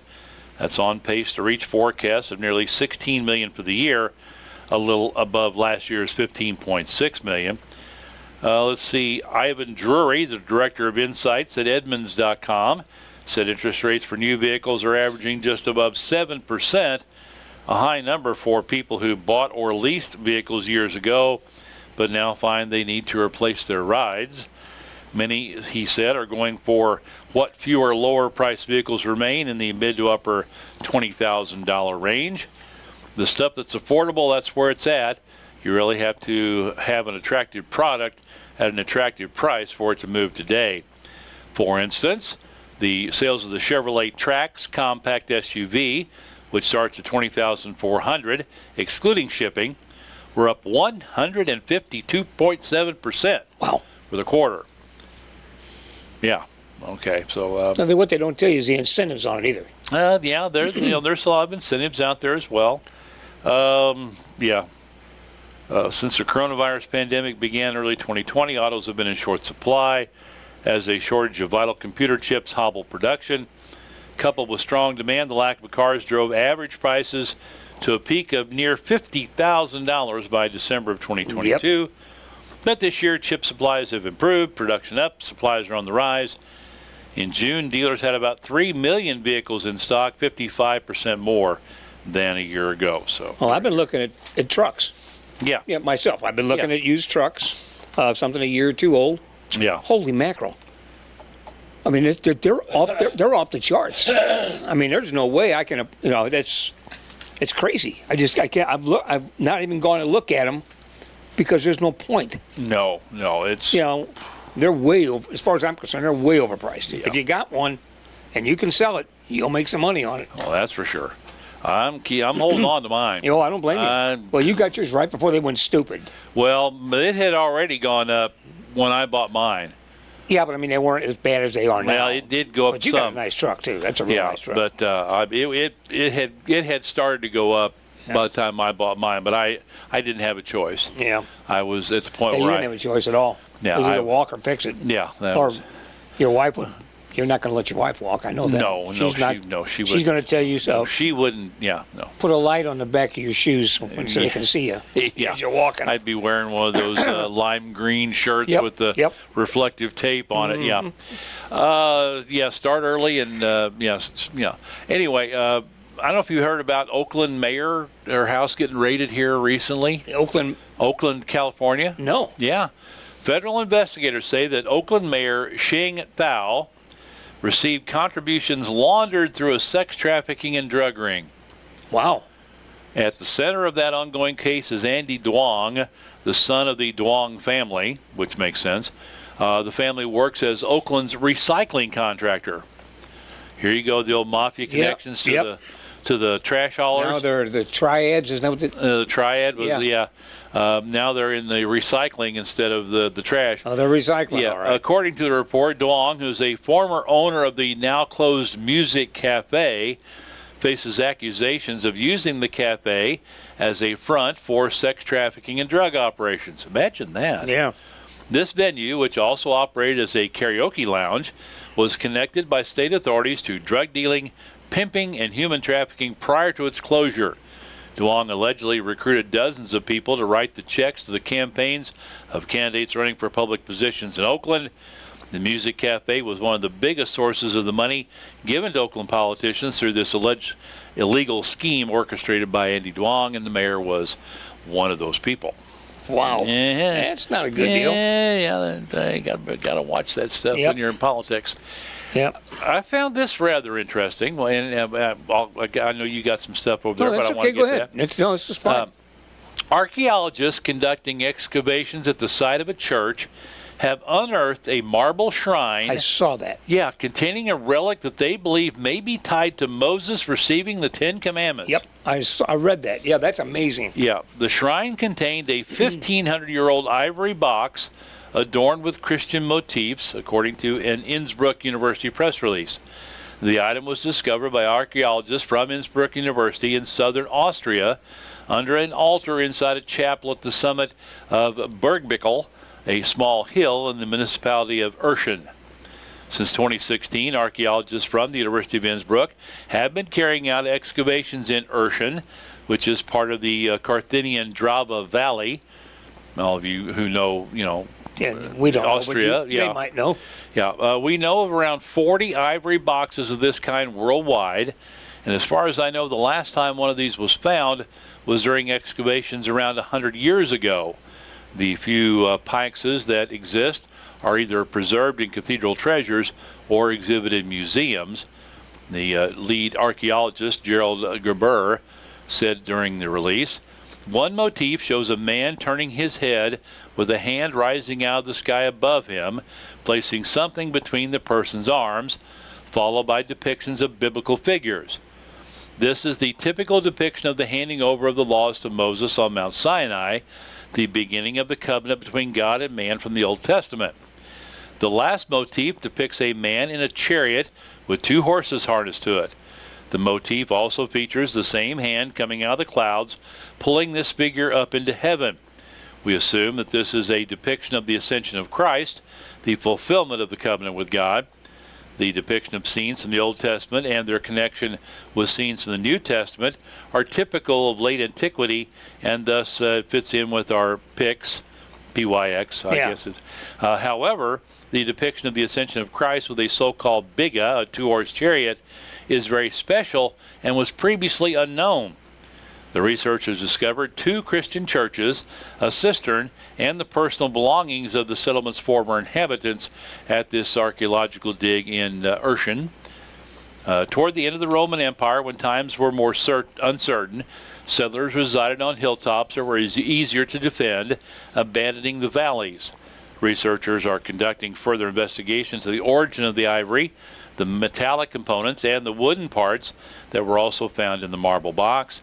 The archaeological and art historical significance of the PYX cannot be denied, said Yeah, I read that. It was quite interesting. Yeah. I'm hoping that there's some follow-ups on that. Oh, I'm sure there will be. It may take a while. Yeah, but they've been digging there since 2016. I saw pictures of it. I've seen some pictures of it. It's kind of neat. Yeah, it really is. The wooden inside, the wooden stuff that's inside the... Yeah, I mean, a lot of that's rotted away, but there's still some there. Still some part of it, still some artifacts there. All right, what do you got over there, Michael? On this date, history. We have some history on this date. All right. In 1811, one of our southern neighbors down there, Venezuela, became the first South American country to declare independence from Spain, which is a lot farther back than I thought. Yeah. There was a couple of them on there I wanted to see that were really... 1863, U.S. federal troops occupy Vicksburg, Mississippi. After a long distributed siege. supplies to the citizens, which you don't hear about that. No. They distributed, vital they brought in food. stuff to the citizens of Vicksburg. 1865. I didn't remember this. William Booth, not John Wilkes Booth, but William Booth, founded the Salvation Army in London. Oh, okay. I did not know that. And I think I remember seeing or hearing somewhere that they were actually related. John Wilkes Booth and him? Somewhere really? back, but maybe not. I don't know. Although, how is the name spelled? B-O-O-T-H. Okay, wasn't his with an E? I thought so, but I'm not sure. But, they've changed so much over the years. A lot of times they change from... I mean, my name's been changed 3 times. Yeah. Since we've been in the country. In 1868, there's been 3 different spellings of it. Oh, okay. So, but anyway, no, also, I thought I'd read somewhere where there was a distinct... It might be. But, also, 1865. This was a lot farther back than I thought it was. But you can, if you ever watched Wild Wild West. Yeah. Okay, but this will explain it. The U.S. Secret Service Division was created to combat currency counterfeiting, forging, and the altering of currency and securities. So they had Jim West back in the day, that... Oh, yeah. And what was it? Ross Gordon. Yeah, what was... what do they call Artemis? Artemis Gordon. Artemis Gordon, yeah. Artemis Gordon. So anyway, those... it was kind of neat, I thought. Yeah, they weren't originally made set up to do presidential protection. Yeah, here's that. And here is another one of those... as I try and talk here. In 1989... Former U.S. National Security Council aide Colonel Oliver North, good old Ollie, received a $150,000 fine and a suspended prison term for his part in the Iran-Contra affair. The convictions were later overturned. Imagine that. Yeah. So, anyway, that's just a few things that happened this date in history. All right. Let's see. I've got one other one here. Reaction came swiftly after a bombshell report that one of the largest solar companies that had donated millions to Democrats reaped billions from one of President Biden's signature policies. No, say it's not that so. Never happened. No, that's hearsay. With any president. That's hearsay. That's hearsay. First Solar executives donated at least $2 million to Democrats during the 2020 cycle, with a majority of that amount going to Biden's presidential campaign. Shocker. Yeah.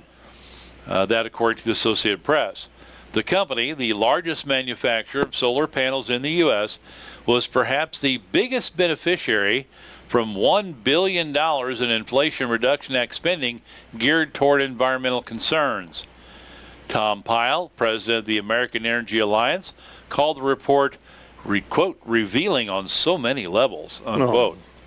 It just shows how deeply or how deeply embedded the renewables industry is with the Democratic political machine, how dependent solar is on government handouts, and how the self-described monumental climate bill is nothing more than a political payoff for President Biden's biggest corporate donors. I'm guessing Pyle is a conservative. Yeah, I'm guessing, he's got to be way to the right side there somewhere. Meanwhile, taxpayers get stuck with the bill, as always.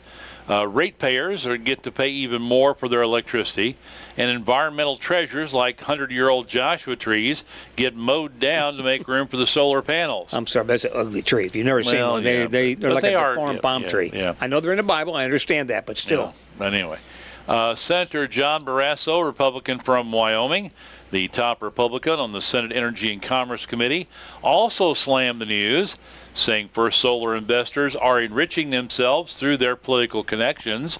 Gosh, I'm shocked. I can't even believe just this. shocked that this would ever happen in our political system these days. President Biden is happy to throw billions of dollars in tax credits at a company that has forced people in foreign countries to work under slave-like conditions. Subsidizing First Solar is another blatant example of Democrats putting their wealthy donors ahead of the American people. See, that don't happen. I don't know where they're getting that They from.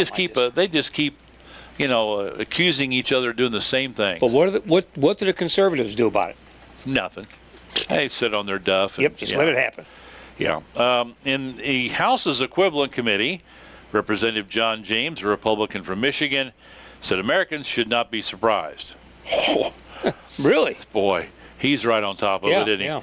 Since day one, Biden's energy policies have been great for his wealthy liberal elite donors and devastating for everyday Michiganders and Americans, James said. Biden has appeased the rich while he steals from the working class to usher in his Green New Deal agenda that's being forced on the American people by his arachno-climate activist friends. Wow. Tell us what you really think. Yeah, come on now. While First Solar did not respond to requests for comments, imagine that, CEO Mark Widmar nodded to the company's larger U.S. footprint than any other solar panel makers, tied to rival nations, in remarks to the AP. Unlike others who routinely spend substantially more lobbying on behalf of Chinese companies that circumvent U.S. laws and deepen strategic vulnerabilities, our interests lie in a diverse, competitive, domestic solar manufacturing base supporting American jobs, economic value, and energy security. I can hear the band playing in the background. Yeah. Waiting for the Star Spangled Banner to start playing. Yeah, the campaign music. The company has 2 factories in Ohio, with 2 more elsewhere in the country on the way. That according to congressional testimony from fellow executive Samantha Sloan. First Solar stock nearly doubled in the time since the Inflation Reduction Act passed in August of 2022, and I bet Nancy Pelosi had a big chunk of it. 2 company officials reportedly attended a celebration of the law's passage in September of that year. At the event, Sloan called the law one of the most consequential pieces of legislation of our lifetime. I've heard that before. Wow. And by every other day. Yeah. Yeah, that's. I wonder what his return on investment was on this $2 million. I bet he got it, yeah. Probably 10, 12, 20 times. Oh, yeah, a little more than 100 we make times. off our investments. One which or isn't two. $2 million. Yeah, one or 2 times. Isn't even $1 million. Who am I kidding? Yeah, no. All right, you got a bunch of birthdays and stuff over there. Let's just go ahead and jump into that. Okay. Huey Lewis. Not the news. Just Huey. That's one of my wife's favorite performers. He's 74 today. When our girls were both really little, she had an aunt and uncle that lived out in Las Vegas, and they were celebrating a 50th wedding anniversary and invited all the family out, all his brothers and all the family. Yeah. So my father-in-law saved all of his loose change from buying stuff out and about, whatever, and he saved it all for a year and saved enough money to take everybody in our family, fly them out to Las Vegas and put them in hotel rooms. Holy cow. For the 3 or 4 days we were out there. That's a lot of change. Yeah. But anyway, I went out and we got there the first night. We were having a family get together at the Rio at their huge buffet area down there. And so we were killing time playing the slots. And I was playing quarter slots. And I'd been playing $1 at a time.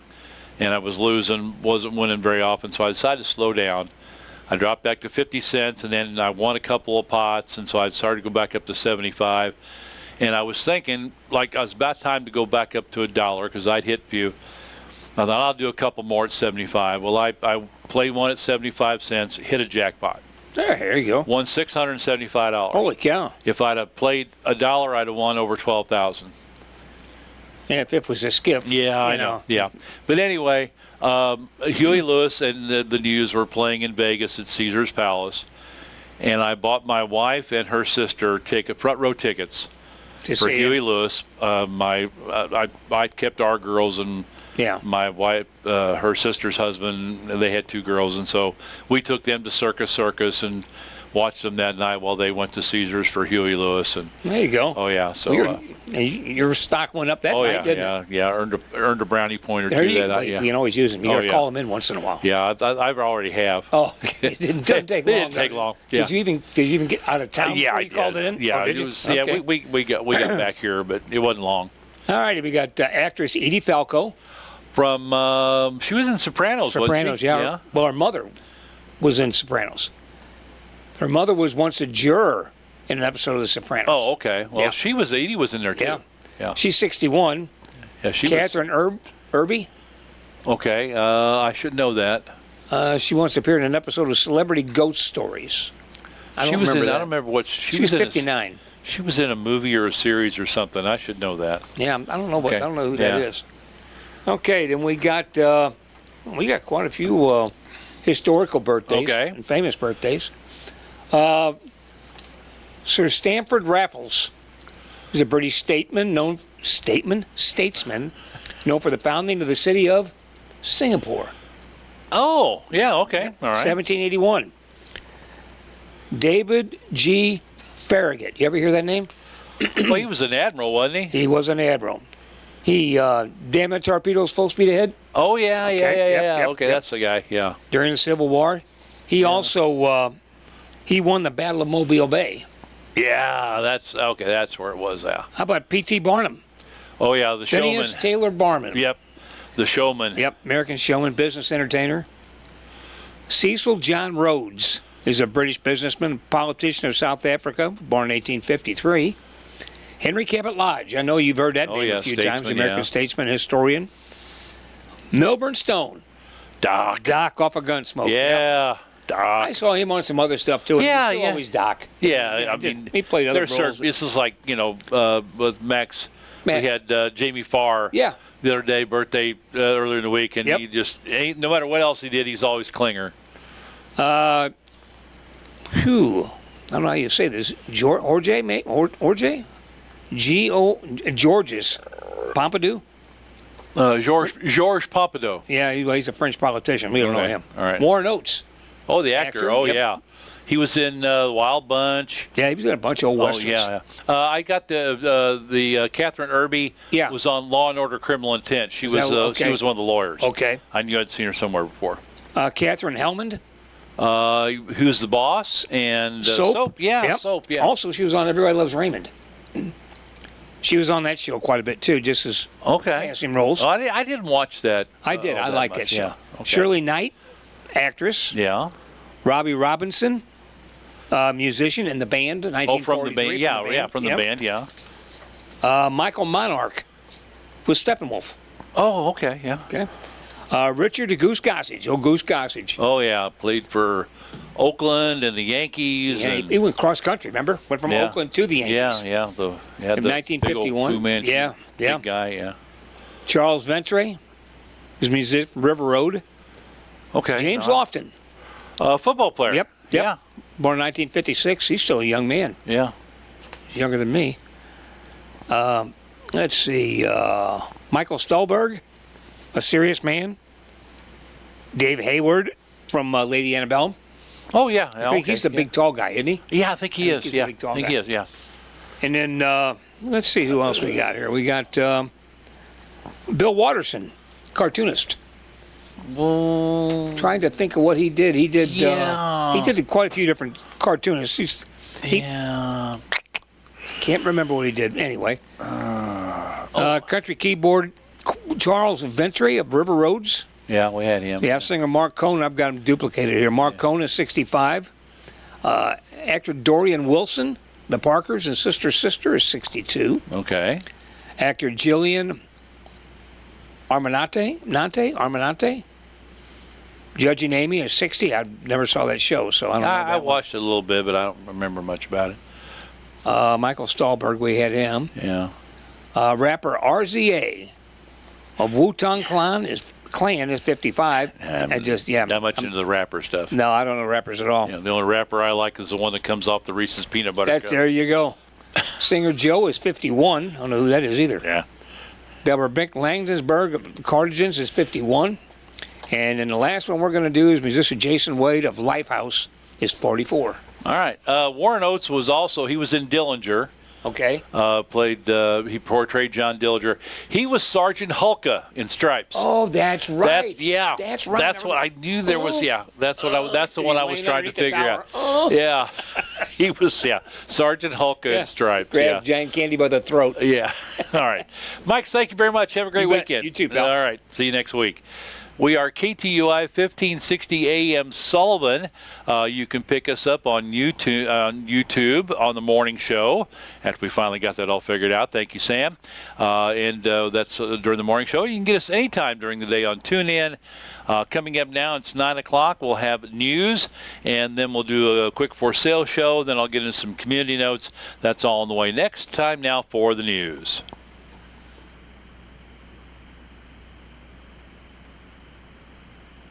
106,000 jobs in June. The Labor Department says last month's job growth did mark a pullback from 218,000 in May, but it was still a strong gain, reflecting the resilience of America's consumer-driven economy, which is slowing but still growing steadily. The department report also showed the unemployment rate ticked up from 4% to 4.1%. And correspondent Jeremy House says the estimate of job growth for April and May revised downward by a combined 111,000. Today, power will change hands in a peaceful and orderly manner, with goodwill on all sides. Former British Prime Minister Rishi Sunak, whose Conservative Party suffered a landslide defeat in national elections in the UK, and the Labour Party's Keir Starmer is a new British Prime Minister.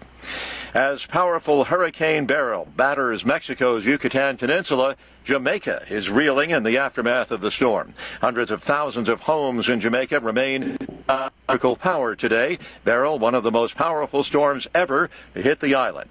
Yvette Silvera is executive director of the nonprofit international relief agency Food for the Poor in Jamaica. Food for the Poor has been activating our emergency response mode, and we had anticipated a number of these communities being inaccessible, so we pre-positioned relief supplies across the island with our distribution network partners. Families that are being affected or would have been affected would have been able to get immediate assistance. Listeners wishing to assist Food for the Poor's emergency efforts in Jamaica can text the word Jamaica to 51555 for a donation link. Hurricane Beryl, by the way, could bring heavy rains, fierce winds to South Texas early next week.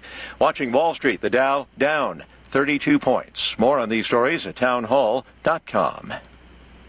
Government debt is now exploding by an unprecedented $1 trillion every 90 days. Think of that. It's a clear sign that our nation's finances are spinning out of control, and it's putting the savings of every one of you at risk. Hello, I'm Lance Wallnow, a news analyst and best-selling author and an evangelical leader. I'm deeply concerned about the impact this runaway debt is going to have on Christians like you who have worked hard to build your own nest egg for your family. To protect your financial future in these uncertain times, you need to diversify with something tangible and proven, like physical gold. That's why I recommend a gold IRA. To learn more, text FAITH to the number 989898, and my friends at Birch Gold Group will rush you a free info kit on how to move your IRA or 401k to physical precious metals, tax and penalty free. So don't wait. Just text the word FAITH to 989898 to get your free info kit on gold IRAs. Birch Gold Group is the only company I trust. There's no obligation. So text FAITH to 989898, and I pray this information helps you achieve prosperity and peace of mind. There is at least a glimmer of hope for a halt to the bloodshed in Gaza. Correspondent Joseph Fetterman in Jerusalem. Hezbollah says the fighting will not end until there's a ceasefire in Gaza. Now, ceasefire talks have repeatedly faltered in recent months, but there are some new signs for optimism. Israeli Prime Minister Benjamin Netanyahu says he is dispatching a team of negotiators to meet with international mediators to resume ceasefire talks. This comes a day after Hamas submitted a new proposal in response to the latest U.S. plan for ending this war. The leader of Australia's Northern Territory says the crocodile population must either be maintained or reduced and cannot be allowed to outstrip the human population. The remarks follow the death this week of a 12-year-old girl swimming in a Northern Territory creek. The crocodile population has exploded across Australia's tropical north since it became a protected species in the 1970s. News and analysis, townhall.com. Just might make you think twice about going into the water. Sharks seem to be unusually busy this summer. Authorities say numerous incidents have disrupted 4th of July celebrations at South Padre Island, with one man hospitalized for a severe bite. Game warden Captain Chris Dowdy says that in the span of about 2 hours Thursday, 4 separate attacks were reported. And he adds officials believe a single shark was responsible for all 4. Jason Walker reporting. It was a horrific scene on Manhattan's Lower East Side. At least 3 people killed after a driver, who authorities say may have been driving drunk, plowed his pickup truck into a group celebrating the 4th of July in New York City. Mayor Eric Adams says it does not appear to be terrorism related. Police say that bystanders rushed in to restrain the driver until police showed up. More on these stories, townhall.com.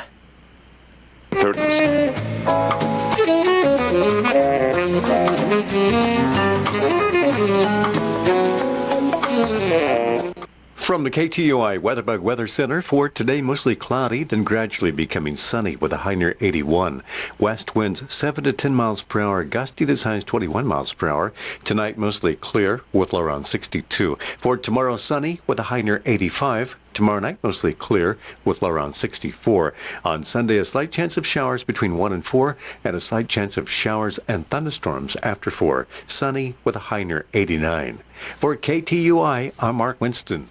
Thank you very much, Mark. Right now, 75 degrees at the Sullivan Bank Studios of KTUI Radio. It is 73 at the Sullivan Regional Airport. Time now for the For Sale Show, your chance to buy, sell, and trade items on the radio. We ask that you not advertise any businesses, any real estate, houses for sale, that type of thing. If you've got a garage sale, yard sale, moving sale, basement sale, whatever it might be, you can advertise that. Anything that you're looking to buy, sell, or trade, and just give us a call. The numbers are 573-468-5101. That's the phone number here to the studio. You can text us.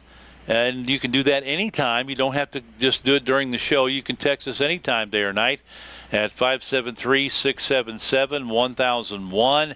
That's 573-677-1001. You can also send us an email. You can email it to forsale@KTUI Radio, and that'll get to us. You can either use the number 4 or spell out FOR.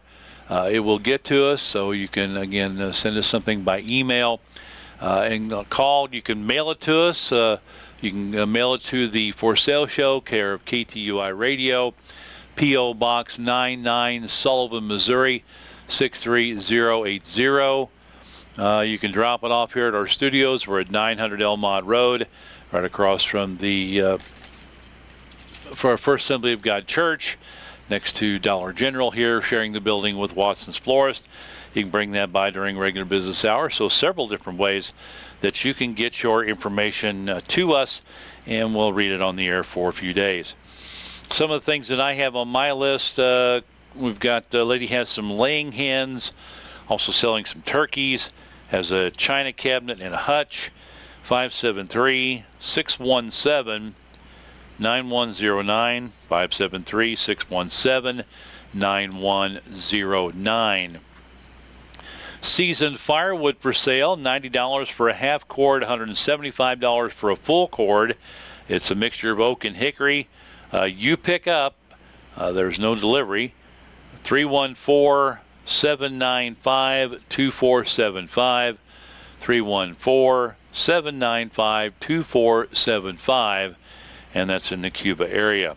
Lady has a frame for a 2-person yard swing. It's free. It's the frame only.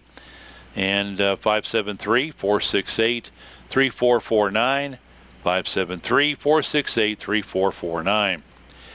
Tilt bed trailer has new lights, asking $200. 573-578-9468. 573-578-9468. They have folks here have some new net wrapped 5x5 round hay bales, $50 a piece. 314-609-6090. 314-609-6090. Mike Bidner, who is here, ready to answer the phones if you call, is still looking to sell his 2019 Jayco Class C motorhome.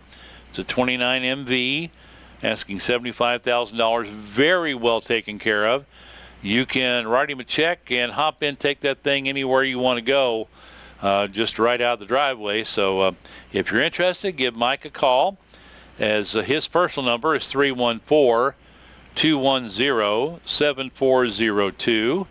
Or if here for the next little while, you can give him a call here at the radio station at 468-5101. He'll answer the phone and talk to you about it. Let's see. Home gym with 85 pounds of weight. A 66 Ford Galaxy with new taillights. 636-210-0074. 636-210-0074. Let's see, somebody here has an exercise machine, and they would like to sell that. 573-468-4068. 573-468-4068. Model 67 bolt-action rifle. 573-764-4435. And a sewing machine for sale. 573-575-4258. 573-575-4258. And that's all I've got on my list of stuff here at the studios. Again, you can email us for sale at KTUI.com, either the number 4 or spell it out FOR. You can text us at 573-677-1001 anytime, 24 hours a day. And, of course, you can call in during the show. You can mail it to us. For sale show, care of KTUI Radio, P.O. Box 99, Sullivan, Missouri, 63080-0099. Or drop it off during regular hours, Monday through Friday, at the studios at 900 Elmont Road. And that'll do it for the For Sale show for today. And we'll hear from the great folks at Jerry's RCA.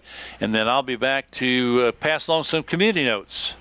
Upgrade your laundry room style and function with a Whirlpool large capacity front load laundry pair. Clean regular sized loads fast with a quick wash cycle and get on with your day. In the dryer, the Wrinkle Shield option helps keep wrinkles from setting in when you can't unload right away. For mattresses, furniture, flooring, and appliances, see the folks at Jerry's TV and Home Furnishings at 375 West Springfield in Sullivan, or call 468-4300.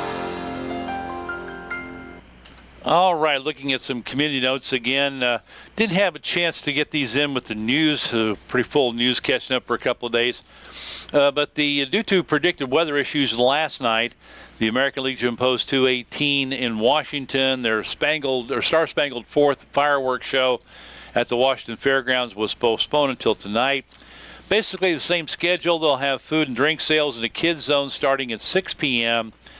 And they'll have a band, and that will be Twisted Fiction performing tonight. That's a fill-in for the band that was unavailable was supposed to play last night, couldn't make it tonight. They'll have the presentation of the colors and the national anthem at 9:25 tonight. Fireworks will start at 9:30. That's at the Washington Fairgrounds. Herman having their fireworks activities and their parade tonight. Vendors will be at the Riverfront Park with music provided by Vernon Colbush starting at 4 o'clock today. The parade will begin at 6 on Washington Street, ending on Gutenberg Street. After the parade, there's a free concert by the Herman City Band at the amphitheater. Concert runs from 7:30 to 8:30. Fireworks display begins at 9:15 p.m. at the Riverfront Park. Now, just be aware, the Riverfront Park will be closed to only pedestrian traffic beginning at 7 p.m. Now, if you're handicapped or have a handicap plate or tag, maybe you drive someone around that is handicapped, you will be allowed to park on the riverfront before 7 o'clock on a first-come basis until spots are filled, but after 7 they'll shut it down. Boats and vehicles must be off the riverfront park by 7. If not, you will have to remain parked until after the fireworks display, and all pedestrian traffic has cleared the park. The Herman Police Department will determine when it's safe to allow vehicles to exit that park. And again, there is no parking along the Kit Bond Bridge to observe the fireworks display. Missouri State Highway Patrol will be monitoring the bridge, asking individuals to move their vehicles. Citizens will be allowed to stand along the walkway on the bridge, not the highway, but the walkway, and you can watch the fireworks from there. The City of Herman does have an ordinance against discharging fireworks in city limits, so please do not discharge any during the festivities tonight. So that's getting taken care of. Let's see what else I have here for you. I kind of went through and tried to organize some stuff here. Several Vacation Bible School events coming up in the very near future. Vacation Bible School at the Grace City Church, and that's at 10729 North Service Road toward Bourbon. VBS runs from the 7th, which is Sunday, through the 12th, and from 6 to 8 p.m. each evening. They'll have a pool party on the 12th, and it's scuba, diving into friendship with God. Pre-register your kiddos or volunteer to help on the GCC app or on their website at Grace City Church. Let's see. Return the favor, and of course... Turn that down. Vacation Bible School at the Temple Baptist Church. I'll run Monday, July 8th through Thursday the 11th, 8:30 till noon each day. Open to those 4 years of age through 5th grade. And it is, looks like Breaker Rock Beach, God's rock-solid truth in a world of shifting sands. And again, you can contact Temple Baptist Church for more information. That one's done. House of Hope in Sullivan also doing scuba VBS. That'll run the 9th through the 13th of July, 5:30 until 8 p.m. each evening. The Liberty Baptist Church, and let's see, you're trying to remember, that's in St. Clair, 219 Airport Road, is having a Vacation Bible School. It's called Soul Wars Jedi Knight Mission Academy. Go ye into all the world is the theme. That'll be on Wednesday the 10th through Friday the 12th, 6 till 8 o'clock each evening. Lots of fun and prizes, dinner provided, and their commencement will be held Sunday morning at 10:30 during regular services. You must pre-register. Call Melissa at 636-629-5840. 636-629-5840. It's free. There's no cost. You'll get to meet Chewy, and they'll have some yummy shaved ice for the kids. This is open to children ages 3 through 11. And again, that's at the Liberty Baptist Church, 219 Airport Road in St. Clair. Call Melissa to pre-register, 636-629-5840. Let's see. The Anchor Church, formerly the First Presbyterian Church in Sullivan, having a monthly Noah's Ark Fun Day in the church parking lot on the second Saturday of each month, continuing through the September the 14th. They'll have a bounce house, face painting, snacks, Bible readings for children with puppets, Bible readings for children with puppets, tractor-pulled pony rides, and each Saturday they'll have some live animals. July 13th, and I'm thinking, let's see, that's that'll be next Saturday. There'll be a block party, including other opportunities for the community. Each second Saturday event begins at 10 a.m. and will end at 1. Be sure to mark your calendar for that second Saturday of each month through September to join the fun of Noah's Ark Fun Day at the Anchor Church. And, of course, they're located there on Cumberland up by Springfield. And as an added bonus, you can attend the Sullivan Farmers Market in the parking lot, which opens at 8 and ends at noon every Saturday through the 28th. Let's see. The Russell A. Schmidt VFW Post 3987 in Sullivan on Highway 185 South has a Saturday breakfast brunch each Saturday from 11 a.m. till 1 p.m. open to the public. Let's see. Tomorrow is the first Saturday of the month, so it means they'll have omelets made to order for $5. You can get sausage, ham, peppers, onions, jalapenos, cheddar, and American cheese. They have a different menu on the second Saturday, and then the third, fourth, and fifth Saturday of the month has the same menu with biscuits and gravy, eggs, and potatoes. So you can support the Veterans Hall, or the VFW, there it is. Let's see what else we have here. The Sullivan Fire Protection District is going to have a pool party, and it is free and open to the public. It's Sullivan City Pool, and that'll be on July the 15th. And let's see, when's that going to be? That's going to be a Monday from 7 till 9 p.m. They'll have pool games, they'll have pizza, a scuba demo. Come on out and join them. It's the Sullivan Fire Protection District Pool Party, Monday the 15th of July, 7 to 9 at Sullivan City Pool. The fire district serving the community since 1928. Big Gospel Hootenanny concert to benefit the Joe Monteith children on July 19th, 7 p.m. at Friendship Baptist Church in St. Clair on North Commercial. Joe, without warning, suffered an upper GI tract and esophagus aneurysm, causing him to bleed to death before anything could be done to save him. Joe left behind 5 children ranging in age from 4 to 16. A close family friend, Mindy Bradshaw, contacted the Gospel Hootenanny group and asked them to help the Monteith children in their time of sorrow and need. So please help out the Gospel Hootenanny family as they lift Joe's children up with some good old-time gospel music. Be a free Gospel Hootenanny concert at Friendship Baptist Church in St. Clair, July 19th, starting at 7 p.m. A love offering will be received to help the Monteith children. If you cannot attend but would like to help out, you can do so. Mail your donation to the Friendship Baptist Church, and that's 630 North Commercial in St. Clair, 63070. Make your checks payable to Mindy Bradshaw and write Hootenanny in the memo line. The Cuba Christian Church at 24 Glassy Road in Cuba, just north of town, is having Avalanche Ranch, a wild ride through God's Word for VBS, July 22nd through the 26th. Ages 5 to 12, 5 until 8 p.m. each evening. A free meal is provided for the kids each night. So wrangle up some friends and stampede on down to the best VBS in the West. For more information, you can call 573-205-7465 or message him on Facebook at the Cuba Christian Church. Rides are available upon request. Franklin County Back to School Fair, serving under-resourced families in Franklin County, which they'll be having free backpacks and school supplies for kindergarten through 12th grade. And that's coming up on Saturday, July 27th. Now, parents must pre-register their children by the end of the day today. You can go to fcbtsf.org or Franklin County Back to School Fair. That's fcbtsf.org. And they got a form there that you can print out and mail it back to them at 3969 Merrimack Loop in Robertsville.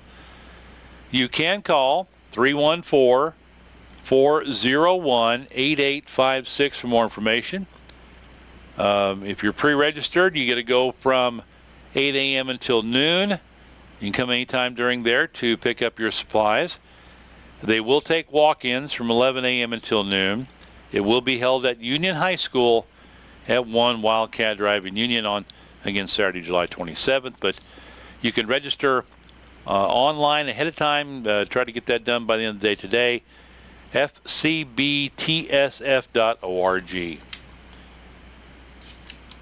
All right, Spring Bluff Baptist Church having Breaker Rock Beach VBS Friday, August 2nd through Sunday, August 4th, 5 p.m. on Friday. Doesn't say to when, and Sunday at 2 o'clock. Bring your bedding or sleeping bag. I guess they're spending the whole 3 days there. 5 p.m. on Friday the 2nd to 2 p.m. on Sunday the 4th. There we go. Bring your bedding or sleeping bag, closed for a couple of days, towels, swimwear. T-shirts must be worn over two-piece suits. Be prepared for gospel singing, swimming, craps, canoeing, zip line. This will be held at the Spring Bluff Retreat Center, 6109 Highway AC in Leslie. Call 314-348-3090 for more information. The Cuba Police Department having their youth camp on August 7th, 8th, and 9th this year. They have applications available at the Cuba Police Department, or you can call them and they can email one to you. And they ask that children that attend the camp be between the ages of 6 and 14. The camp will be held at the Merrimack Adventure Learning Ranch in Steelville. Transportation is provided. Children will need to be dropped off at the Cuba Police Department by 7:30 each morning, and you can pick them up around 3:30 to 3:45 in the afternoon. Children will need to provide their own lunches. Some of the activities include swimming, that is, a high rope challenge course, tree climbing, and a wild mutter course. More details will be released as we get a little closer to the event. And again, that's speak with Sergeant Bell at the Cuba Police Department. Again, children must be between 6 and 14 years of age. And in memory of Billy Parker Jr., they'll have a Hot August Nights car cruise featuring muscle cars, hot rods, classics, customs, cars, trucks, bikes, including the 67 Chevy Nova Super Sport. I think that was Billy's car. Saturday, August 24th, 3 till 8 p.m. at the Silo Restaurant on the South Service Road in Sullivan over in the side parking area that they just got done. Hysteria Sound will provide music. Kona Ice will be on the premises. They'll have 50/50 raffle, T-shirts, bracelets, and window stickers for sale. For more information, contact Marco Turner at 573-467-0067. But that's on August the 24th. Let's see. The FFT Flowers Full Throttle Demo Derby coming up in Owensville at August 31st, 6 p.m. Put on some benefit for the Gascony County Sheriff Department and Owensville Fire Department. Drivers $45, riders $45, pit passes $25. Pit for ages 9 and under are free. They'll have several super stock and stock classes and street minis. Inspection from 1 till 5. Showtime at 6. Have kids power wheels. Be a couple of different age groups, 3 to 5 and 6 to 9. And again, that's located down their Derby track at 712 Parker Drive in Owensville. Down there's part of the fairgrounds. And again, that's August 31st at 6 p.m. That takes care of stuff for the next couple of months. Don't forget that if you need a place to have an event, you can rent the Harney Mansion at 332 South Mansion in Sullivan. Mansion and grounds are available to rent. Perfect setting for a small wedding, maybe a shower or family reunion. The mansion has a full kitchen with appliances, bathrooms, large grounds, tables, and seating for $50. A $100 minimum rate. After 4 hours, it's an additional $25 an hour. If you would like to rent out the mansion, contact Ken Reeves, 573-259-4422. Let's see. Phil Willis is the host for the Mid-Ozarks Veterans Coffee Talk.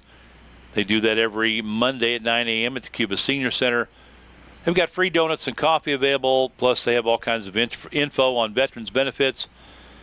If you would like to be a part of that or sponsor the meeting, because somebody's got to pay for the donuts and coffee, right? If you'd like to help out with that, you can contact Phil, 314-795-2475. If you have any questions or want to sponsor meetings, or you can go to willistravels@aol.com.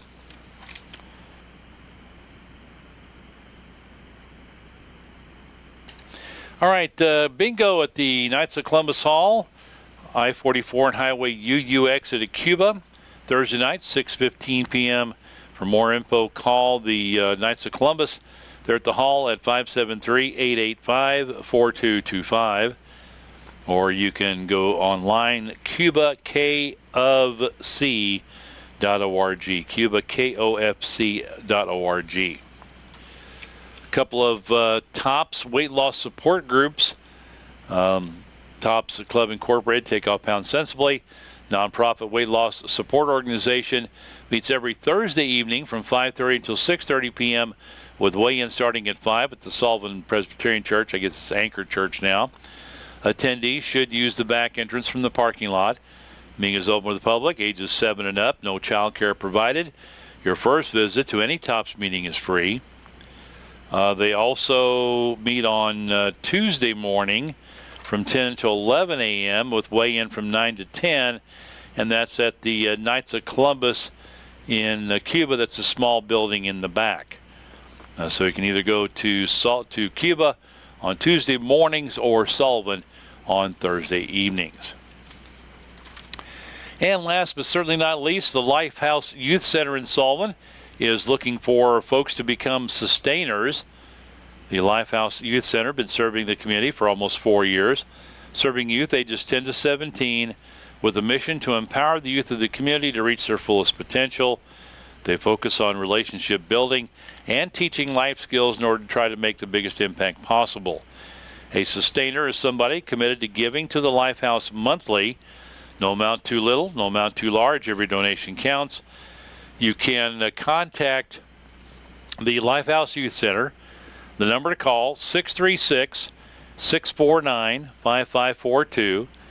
You can go online, www.lhcsullivan.org/donate, or contact Jen. That's Jen at lhcsullivan.org, and she can give you some information on how to become a sustainer. And that's all I've got for the Community Bulletin Board. Again, if your church group, civic group, fraternal organization, nonprofit group has an event, an activity coming up that you would like to get mentioned on our Community Bulletin Board, again, several different ways you can get it to us. You can mail it. Just go ahead and mail that to Community Bulletin Board, care of KTUI Radio, P.O. Box 99, Sullivan, Missouri 63080. You can send your information on a text, or if you want to take a picture of a flyer and attach that to a text and send it to us, that number is 573-677-1001.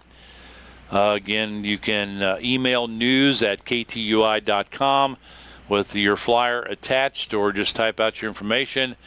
You can, if you're out in this part of the town, you can drop it off here at the studios during regular business hours, Monday through Friday, probably until around 11:30 noon most days. Or you can just drop it off at the Brewski and Scott tax office here, and they'll get it to us. Again, we're located at 900 Elmont Drive in Sullivan, just across from the Assembly of God Church and right next to Dollar General. And you can bring it by here, drop it off, and we'll get those Community Bulletin Board notes on the air and get those out several times a week. And that'll wrap it up for me today. Thanks for joining us. Apologize for the issues with the streaming early on, but we've got a problem with the mouse on our computer, so we're going to try to get that straightened out. I'll be back with you doing some news tomorrow. Sam will be back in the seat on Monday. Until then, have a great weekend, everybody. Stay safe. Do something good for yourself and do something great for somebody else. And I'll be again with you with some news tomorrow, and Sam and I will be back with you on Monday. Sam will be here at 6 o'clock. Until then, have a great weekend, everybody, and time now to join Mike Gallagher. AM radio. The overwhelming majority of legislators, Democrats and Republicans, support a bill to keep AM radio in cars. But time is running out. Text AM to 52886 and ask Congress to bring this bill to the floor for a vote now. AM radio is too important to let this moment pass us by. Message and data rates may apply. You may receive up to 4 messages a month, and you may text STOP to stop. This message furnished by the National Association of Broadcasters. From the KTUI WeatherBug Weather Center, for today, mostly cloudy, then gradually becoming sunny with a high.